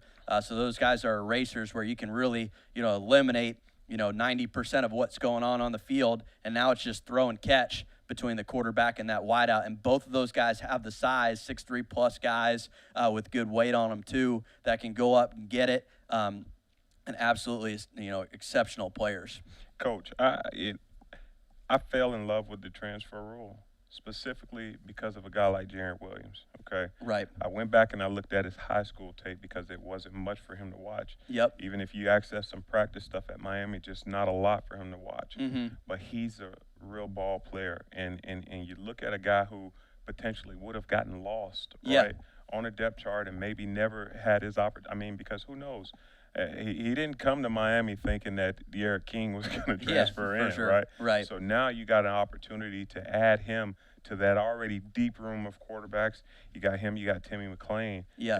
That's more guys coming in. What's our outlook for the quarterback position next year? I think the thing that you see with signing both, Timmy and Jaron is just competition, right? We got a bunch of guys coming in, extremely productive players in high school, and Jaron did some great things when he was at Miami, to go along with Jordan, Cade, Trey, and all those guys that we have, Jordan Smith. And so it's going to be an awesome room. Like, I'm so excited just because I got a whole bunch of guys in there now. The competition is going to be great. I'm super excited to get them here. Both those players coming in, man, they're exceptional. So juiced that we have them, and just really looking forward to getting to spring practice and getting them here and getting to work with them and getting ready to go. You got to have guys that can protect those quarterbacks as well, and you really went heavy in the offensive line too. Yeah, absolutely. We got 3 guys coming in with Drew, Cole, and Kilfoyle. That all 3 of those guys, I think the thing that we're bringing in with them that's really going to be great for us is their attitude and their mindset. You watch their tape, these guys are nasty. They're finishers. They put people on the ground. They let them know about it. And I think Coach Mo, our O-line coach, that fits his personality, if you guys know Coach Mo at all. For sure. So I think that'll be a great fit for him in that room, bringing some guys that really have that mindset of going to work, okay, gritty, tough kids, that they're going to get after it, and I think you're going to notice them really early.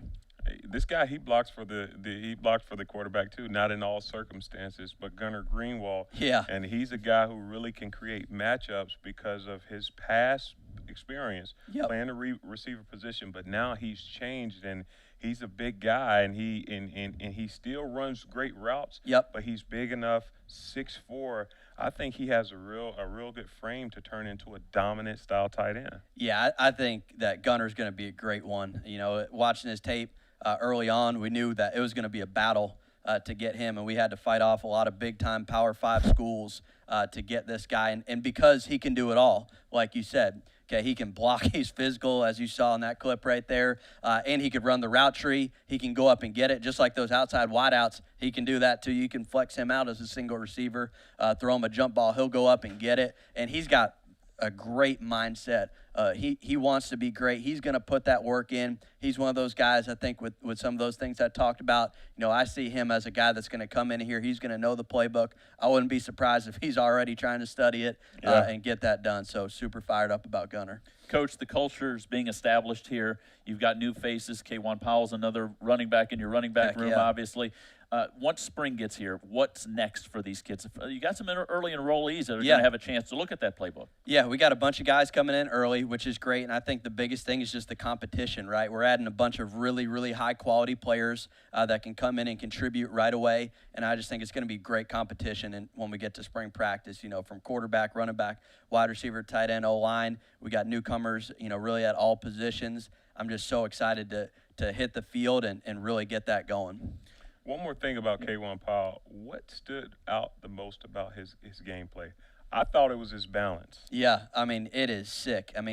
This guy averaged, I think, 23.7 yards per carry, which I've never heard of. That's ridiculous. It's ridiculous. Because I'm going to tell you, I was the man in high school. That's right. You didn't average 23 yards a carry. I had 10 yards per carry, so that's ridiculous. Yeah, early in the season, I think Coach White came and said, K1 had 6 carries for 300 yards. And I was like, whoa. How does that math add up? You know, so it reminds me of Derrick Henry when he was at yes, USF. yeah. I mean, the thing is, he's got the whole package, but like you said, his vision and then his contact balance, right? You know, when he's getting touched, okay, you don't see him moving. You better go low on this guy, or you better bring it, because he's going to run through you. He's going to bounce off arm tackles, and he's just got that mindset that every time he touches the ball, he's going to finish and put that thing into the end zone. And, you know, I think we got some great backs here that do things like that, and he's just going to keep adding to that room. That's a stable of backs that we got. That they're all very similar guys that can do a lot of the same things, and, man, he's special with the things that he can do. Like I said, I mean, I think, you know, 24 yards per carry. That's how you do it right there, Coach. No doubt. Just run through arm Just tackles. 50, 60 yards. Yeah, that's right. Just every time he touches the ball, that's what happens. This is ridiculous. I mean, this is ridiculous. I can't even believe it. He's going to light up the scoreboard. I can already no question. see it. Yeah, I mean, you just see on the tape, he runs through everything right there and makes plays. He's a stud. Well, Coach, I know you're excited. Everybody, obviously, in the Bulls Nation's excited about the offense and the new kids on defense. Jeff Scott's pounding on the door. He wants to talk about those guys as well, so we'll give him the stage in just a minute. Thanks for giving us some time. We really appreciate it. Appreciate it. Go Bulls. Charlie Weiss Jr., offensive coordinator. We will come back with the head coach, Jeff Scott, next. This is National Signing Day from USF. Tonight's the beginning of what I believe is going to be the best decade in the history of this program. I see it, and I hope you guys will see it as well. Our climb to becoming that championship program, it starts today. I want each of you to experience what it's like when you play on a team that truly plays together, plays for their brother with one heartbeat. One team, one dream, one dream, one dream, one heartbeat, one heartbeat. United on two, 1, 2, United.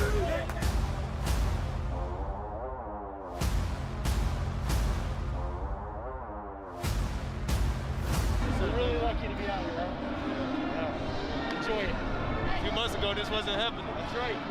I did not think that we would be here a couple months ago. College football is back. I know they're gonna shoot it. Right up the middle, ball is loose, and the Bulls force their first turnover of 2020. First and goal, looking for the corner, has it, and for the first time in 2020, South Florida is on the board. Touchdown brought in by Trey Dukes.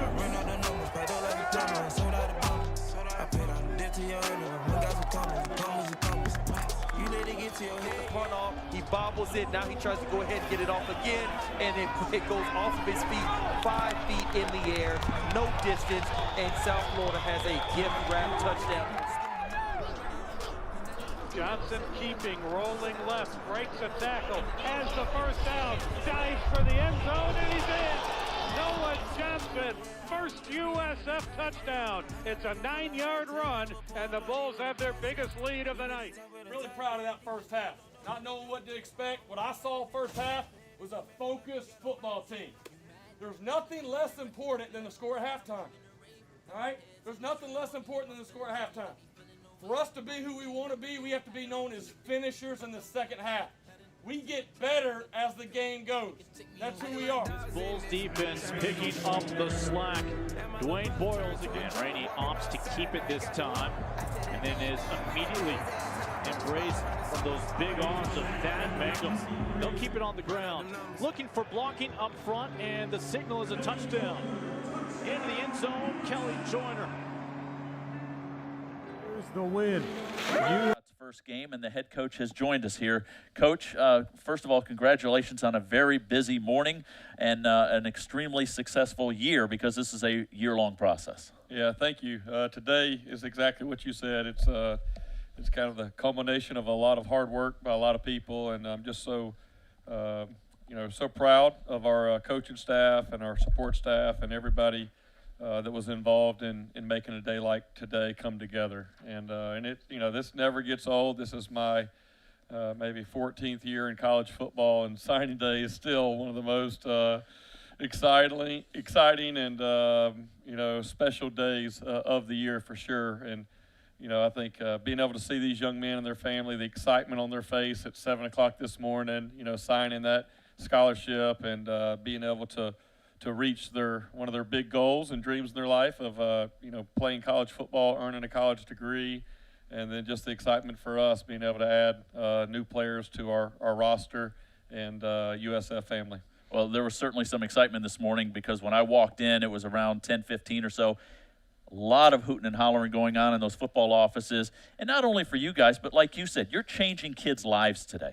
Yeah, it's really it's all about the relationships, and you know the unique thing about recruiting is for these young men and for their families, this is the first and only time, you know, that they kind of go through this process. And for us as coaches, we go through it every 14 year. times, yeah, right. That's right. And we're doing it with a lot of young men. But, you know, in each young man, each family, it's a unique and special moment for them. And so really it's a celebration today. And, you know, I know these guys are fired up. And this is really, you know, I know they've definitely felt like they've already been a part of our football family for a while, but this is actually getting that signed paperwork, making it official. Coach, I was very impressed with some of the talent that you brought in, but I'm even more impressed about the character that you've brought in. So many guys, whether it's from their high school coach, people at their school, other teammates, are just raving about some of the character traits of some of the young men that you signed on this on today. Talk about what was your staff's approach to making sure you found the right balance between ball players, guys that are going to come here and help make this team better, but at the same time making sure you fill this roster with guys who want to be here and guys who have great character. That's so important, and it's awesome that you were able to already get to that point and figure it out without these guys being here. But, you know, great talent is just one of about 5 boxes that have to be checked for us in the recruiting process. You know, there's a saying that there's, you know, nothing more common than, you know, unsuccessful people with talent. So talent is not a differentiator. It's, you know, you got to have talent, but then it's the character, it's the integrity, it's the discipline, it's the work ethic. You know, do they have a desire to be great? You know, and that's, you know, those are the questions that I really ask our staff all the time. They show me the video, say, that's great. Now, who is he as a person? Because who are we adding to our locker room? I want to add value to our locker room, you know, and I'm really, you know, obviously disappointed with our overall win-loss record from this season, but I'm really pleased of the progress that we made in our current team and locker room. And I just told our staff it's our job to continue to add guys that are the right fit for the culture and the new standard that we have. I think you recruit your culture with the type of young men and the type of families that you bring into your team. And you know, that's another thing that I'm just so pleased with is, you know, these guys have been committed for a long time. Many of these guys that signed today were committed before the season ever started. Wow. I'm sure many of them thought, like I did, that, you know, we were going to win a lot of games this year, and obviously it didn't go our way. And all these guys that signed today, you know, they stayed committed the whole time. And to me, that's another sign. That was another test for them to, you know, are they going to hold to their commitment? Does their word mean something to them and their family? And, you know, I'm just so pleased with this group. And, you know, I think we got a lot of great future leaders that we added to our team today. Coach, with the way the world is right now, this was such a different recruiting process than you've ever been through before. Tell us how you attacked it. We talked to Jules last hour and kind of the recruiting side, but as a head coach, you did a lot of screen time, didn't you? Yeah, you know, and I'll be completely honest. I'd like to say that I completely flipped the switch. Whenever we got sent home in March with COVID, and you know, people were starting talking maybe after a week or two about doing some, you know, visits virtually. I'm like, no, we're going to be back in a week. Everything's going to be fine. This is not that big of a deal. And then after about 2 more weeks, I was like, all right, you know, we got to change, right? And fortunately, I think we have one of the youngest coaching staffs in the country, and definitely, I believe, in our conference. So, you know, our guys immediately, we jumped on. I went and got a nice new computer at the house with a nice webcam, and we just went to work. And, you know, I think ultimately recruiting is about relationships. Yes, would we like to be there and be able to shake a young man's hand and give a mom a hug when they come on a visit? Absolutely. We're not able to do that right now during the pandemic. But what we can do is you can sit there and have a conversation with the family, and they are able to, you know, they're kind of making some evaluations of you as you're talking to their son and talking to them, and we're doing the same thing, trying to check out, is this a great fit? And so there's no doubt that there was definitely some challenges, but you know, I got to give our recruiting department a lot of credit. Mike Gillio, does an excellent job as our director of recruiting and just his organization and making some big adjustments. Also, Justin Spiros does a great job in our evaluation phase, and Charles Lovett. You know, they're working constantly 24/7 on recruiting, so this is definitely a big day for those guys as well. Coach, when you take a look at the goals that you made for yourself, okay, did you hit those goals from a positional need standpoint, or are there still some positions that you guys evaluate and said, you know what, we need more guys, we need more depth, that you're still working on and hoping to land some guys either by the end of the day or come February? Right. Well, obviously, you know, all across the country, all the head coaches that are being interviewed, they're going to say the same stuff. Hey, we got all the guys we want, and we hit all our goals. But I will say this, with the you know, we knew coming out some of the positions that we needed to add some depth. I think dealing with COVID, the opt-outs, with the guys that were leaving, we knew we had some positions where there was going to be some deficiencies in numbers. So we needed to really address those. And then, you know, we really looked at it that when you lose as many of the guys that we've lost, you know, throughout the last 9 months, these aren't freshmen you're losing. You're losing sophomores and juniors, guys that were part of other classes. And so it's important not just to replace them with all freshmen, right? You don't want to have a team full of, you know, 40 freshmen in one class. So for us, we decided that, you know, we wanted to try to bring in 5 players out of the transfer portal. Obviously, the secondary was a position for us where we were just very short on depth, especially towards the end of the year. And so we knew we needed to bring in some safeties and another corner. And the first 3 guys that we targeted in the secondary were Matthew Hill and Will Jones and Christian Williams. And so we literally went 3 for 3 on some big-time guys. And they had other offers from ACC and SEC and other schools in our conference. But I think they really bought into the vision of what we're doing. And then, you know, obviously we haven't been as consistent as we need to be at the quarterback position. We kind of had some highs and lows throughout the season at different times. And so, you know, we're very excited about Timmy McClain coming in. I really believe he's one of the best quarterbacks in our state. He's having a fantastic year, and he's just a leader. He's a winner. Every time he steps on the field, you know, he's a winner. And, you know, what we're looking for in some of these guys is, you know, a dual threat guy that can run and throw. And, you know, Timmy was actually more of a true passer going into this year. And then just as he continued to get stronger and develop, you know, he really started using his feet more this year than he has in the past, and really has developed into a really special prospect as a dual threat quarterback. And then, you know, also Jaron Williams was another quarterback we knew we needed to bring in with Noah Johnson leaving. We knew we needed to bring in another experienced quarterback. And so, you know, really excited about Jaron. You know, I remember him coming out in the recruiting process when he was coming out of high school there at Central Gwinnett. He was in the Elite 11 with Trevor Lawrence and played in the same All-Star game. And so, you know, I had some familiarity with him and obviously followed him last year, a year ago at Miami. And whenever we found out that he had interest, we definitely did our research. And I called a lot of the coaches at Miami and talked to his high school coaches and really felt like, you know, we got a special player that has a big-time future. He has a maturity to him. And, you know, he's ready to go. So I can't wait to watch those quarterbacks compete, and also the guys in the secondary. Those are probably 2 of the biggest needs for us coming into this class. Coach, let's stay on the defensive side of the ball and take a look at some of the fresh faces that are coming in. Secondary, I mean, you brought in some transfers in the secondary, but you also got some freshmen as well. Let's start with Jaron Herring out of Lawton Childs High School in Tallahassee. He's a great athlete. Yeah, Jalen, you know, he plays a little bit of everything there at Childs. And, you know, a big thing that I'm looking for in guys that play in our secondary is, you know, you're looking obviously at their feet and quickness, and he's a physical guy that really brings an edge. He's just exactly what Sam was talking about earlier, hard worker, discipline. You know, he's a guy that's going to go out there and earn everything he gets. He's not a guy that maybe is entitled or expecting to be given anything. He's just a worker, and I mean, that just kind of came through the computer whenever I was talking to him. You could just see this is a guy that is blue collar and just a hard worker and very talented player. I think he's a guy we're going to be extremely pleased with here in the future. You talk about the linebacker position, right? You look at C.J.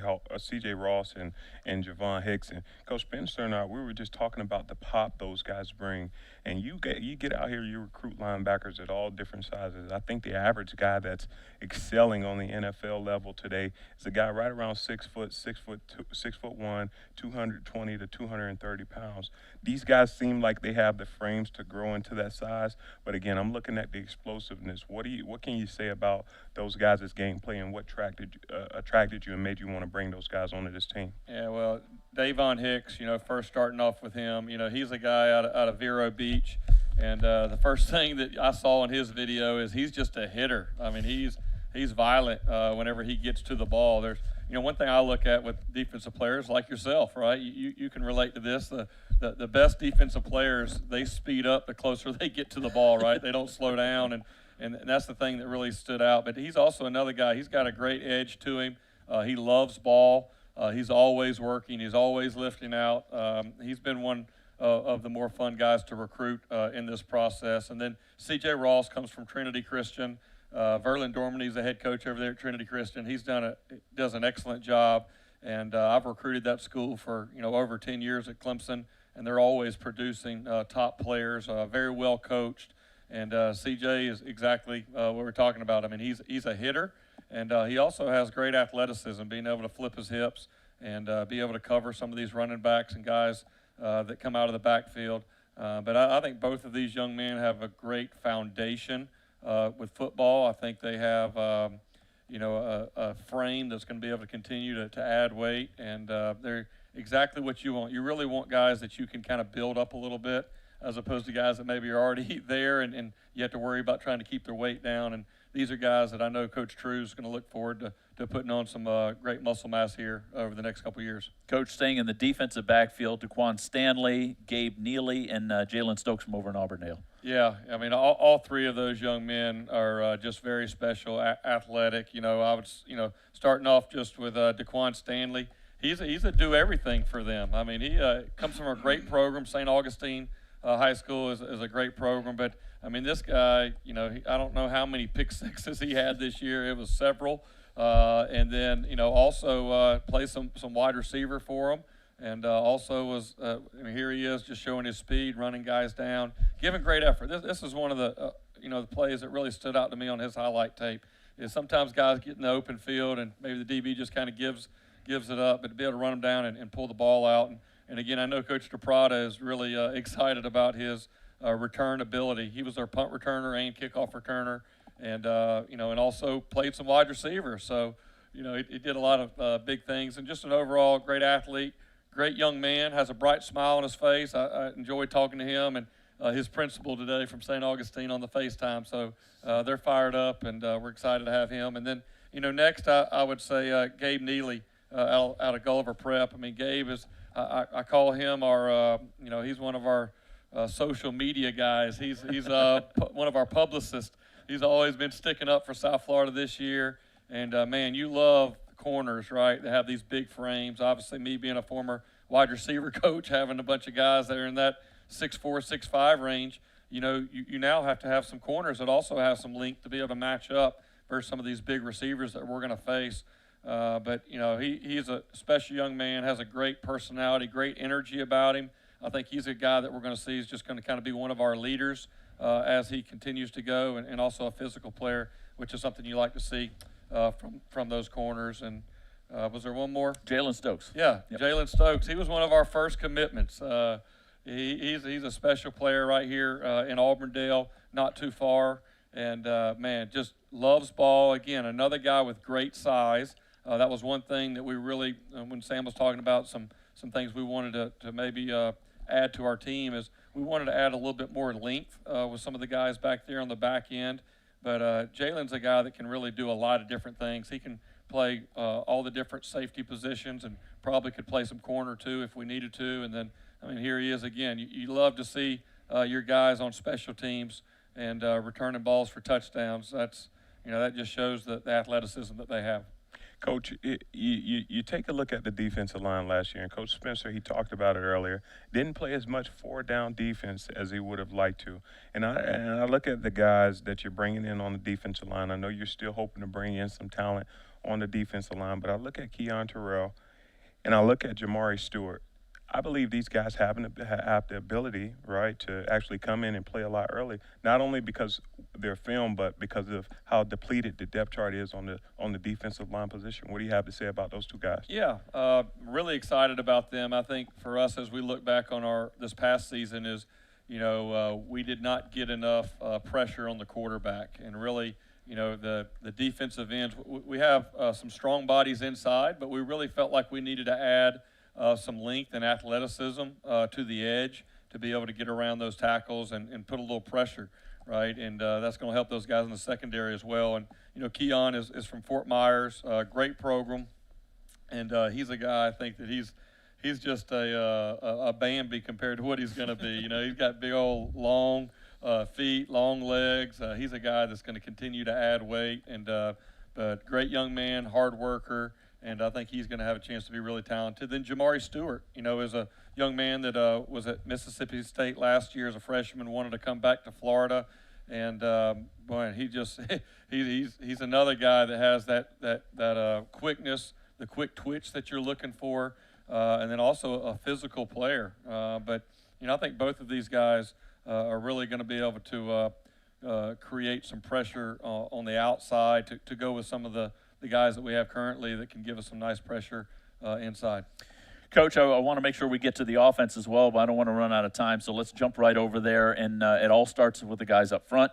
We talked with Charlie Weiss Jr. If you don't have good, big bodies that maybe more importantly are versatile, then you're not going to do a lot on offense, but you brought in some kids that fit that bill. Yeah, we brought in 3 offensive linemen that we're very excited about. Coach Alan Mogridge, our offensive line coach, and he does a great job, and he is very detailed in his recruiting, and he knows exactly what we're looking for. And I'm really pleased with our current offensive line, and all of those guys are coming back that started this year. And for us, it was about adding some young men that really we can come in and develop, and hopefully be guys that could be 3-year starters for us here in the future. But these young men, Cole Best right here at Trinity Prep, is a young man that I think has a big upside.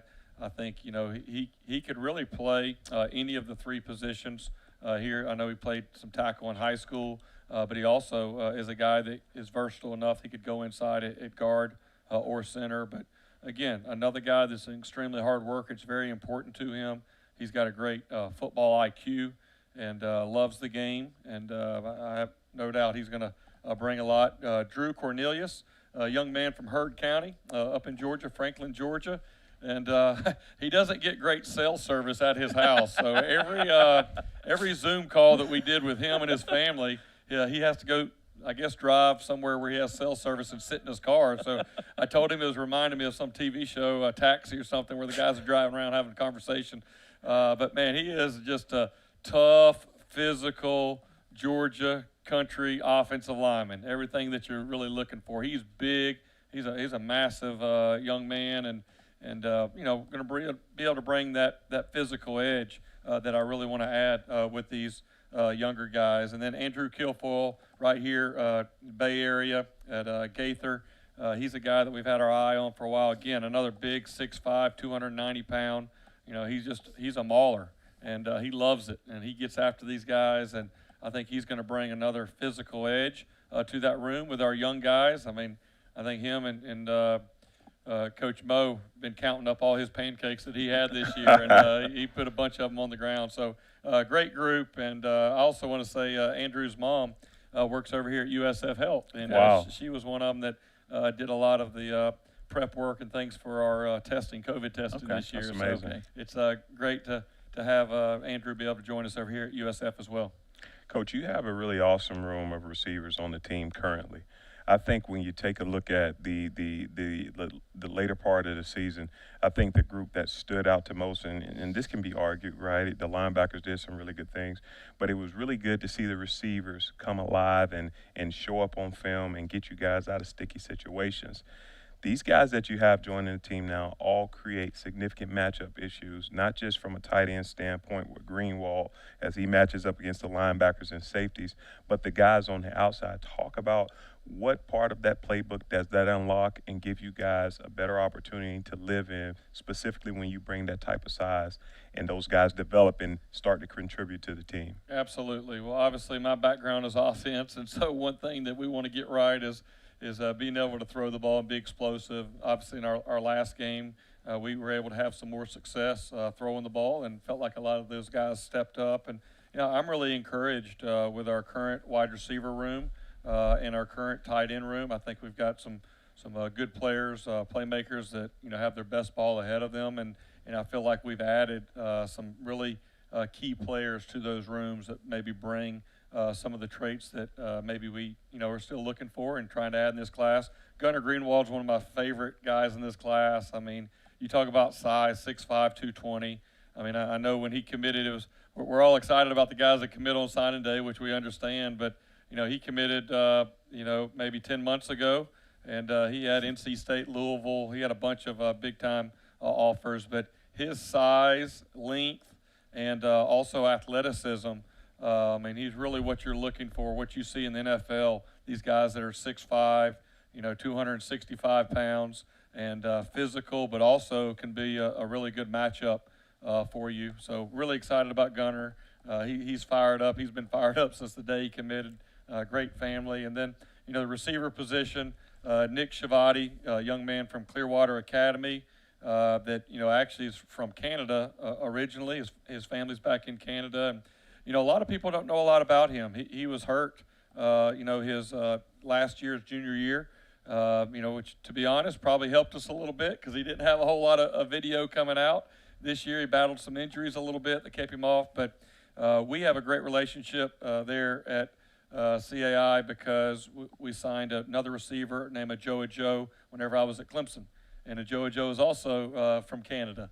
And so just that relationship and connection that we had there at the school and with Joe, I think really helped us with Nick. But, I mean, he's a 6'4", long, and he's going to be a guy that is going to really develop into a big-time outside threat. And then Kadrice Mobley right here in Clearwater.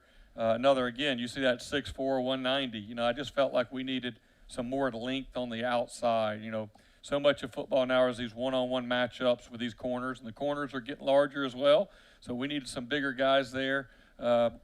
Reese played a lot of quarterback also this year, just because he's one of the best athletes that they have there on his team. But he is a guy that I think is, again, very similar to Nick in that his best ball's ahead of him, but he has the size, the length, and athleticism that you want. So I'm excited about getting him here. And then obviously the new addition today was Jimmy Horn.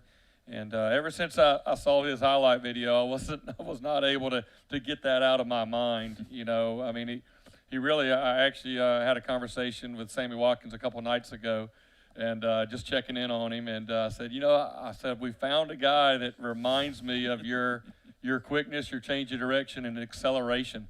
And that's what I see. I mean, whenever I took the job down here at South Florida, knowing that I was coming to Tampa, I knew that there was going to be players out there like Jimmy that were going to have the athleticism and speed, acceleration to really be a big-time special playmaker. And, my goal is to be able to keep those young men right here in state and for them not to have to leave the state. And his recruitment was really strange. A lot of people are probably trying to figure out why everything happened right here at the end. I believe he only played in one game his junior year, broke his wrist, so he had no junior tape.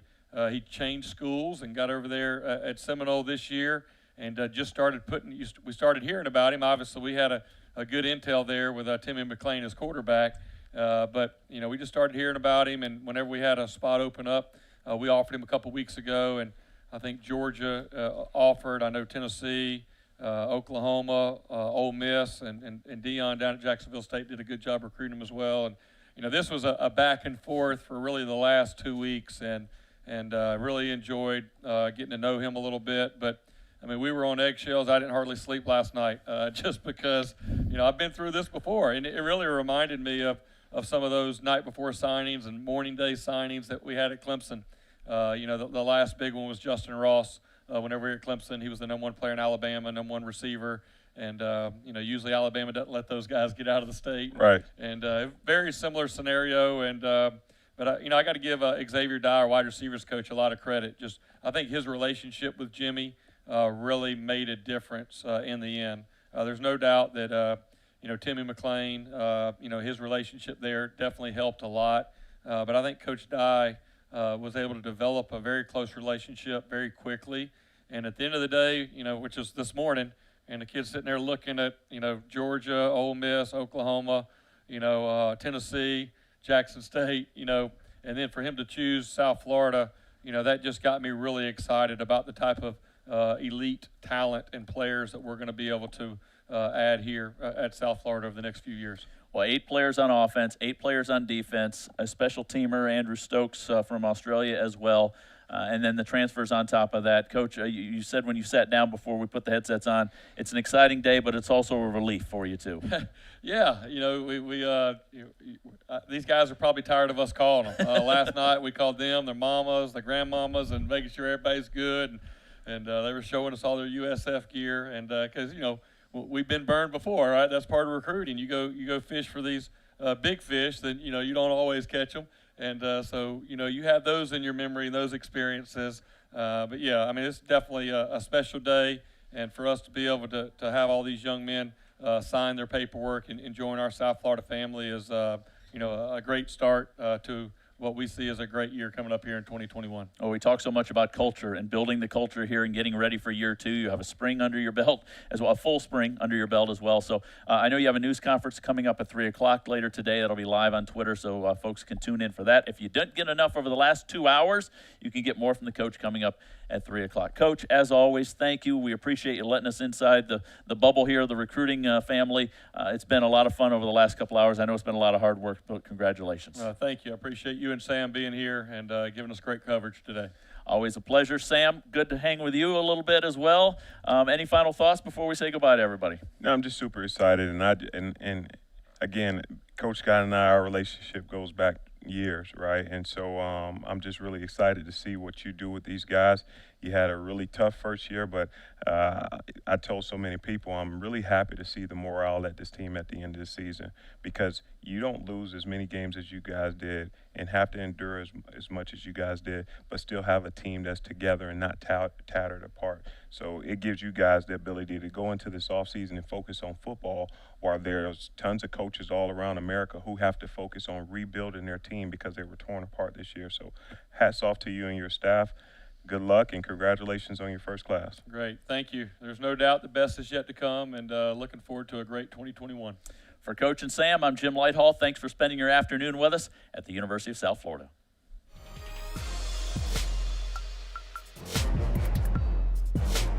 Here's a pitch to the left, and Brewer is going to be knocked down by Augie Sanchez. That would be the tackle that would make him the all-time leader at USF. It would be fitting, a tackle for loss.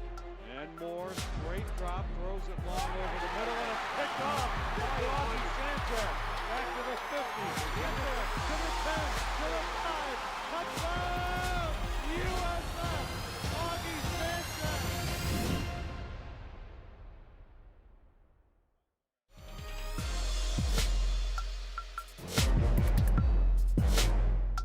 Offenses of the country goes back to work with Marlon Mack. A couple of Navy missed tackles, and there goes Marlon Mack. It's a foot race, it's a touchdown. 85 yards, the longest play of the season for South Florida.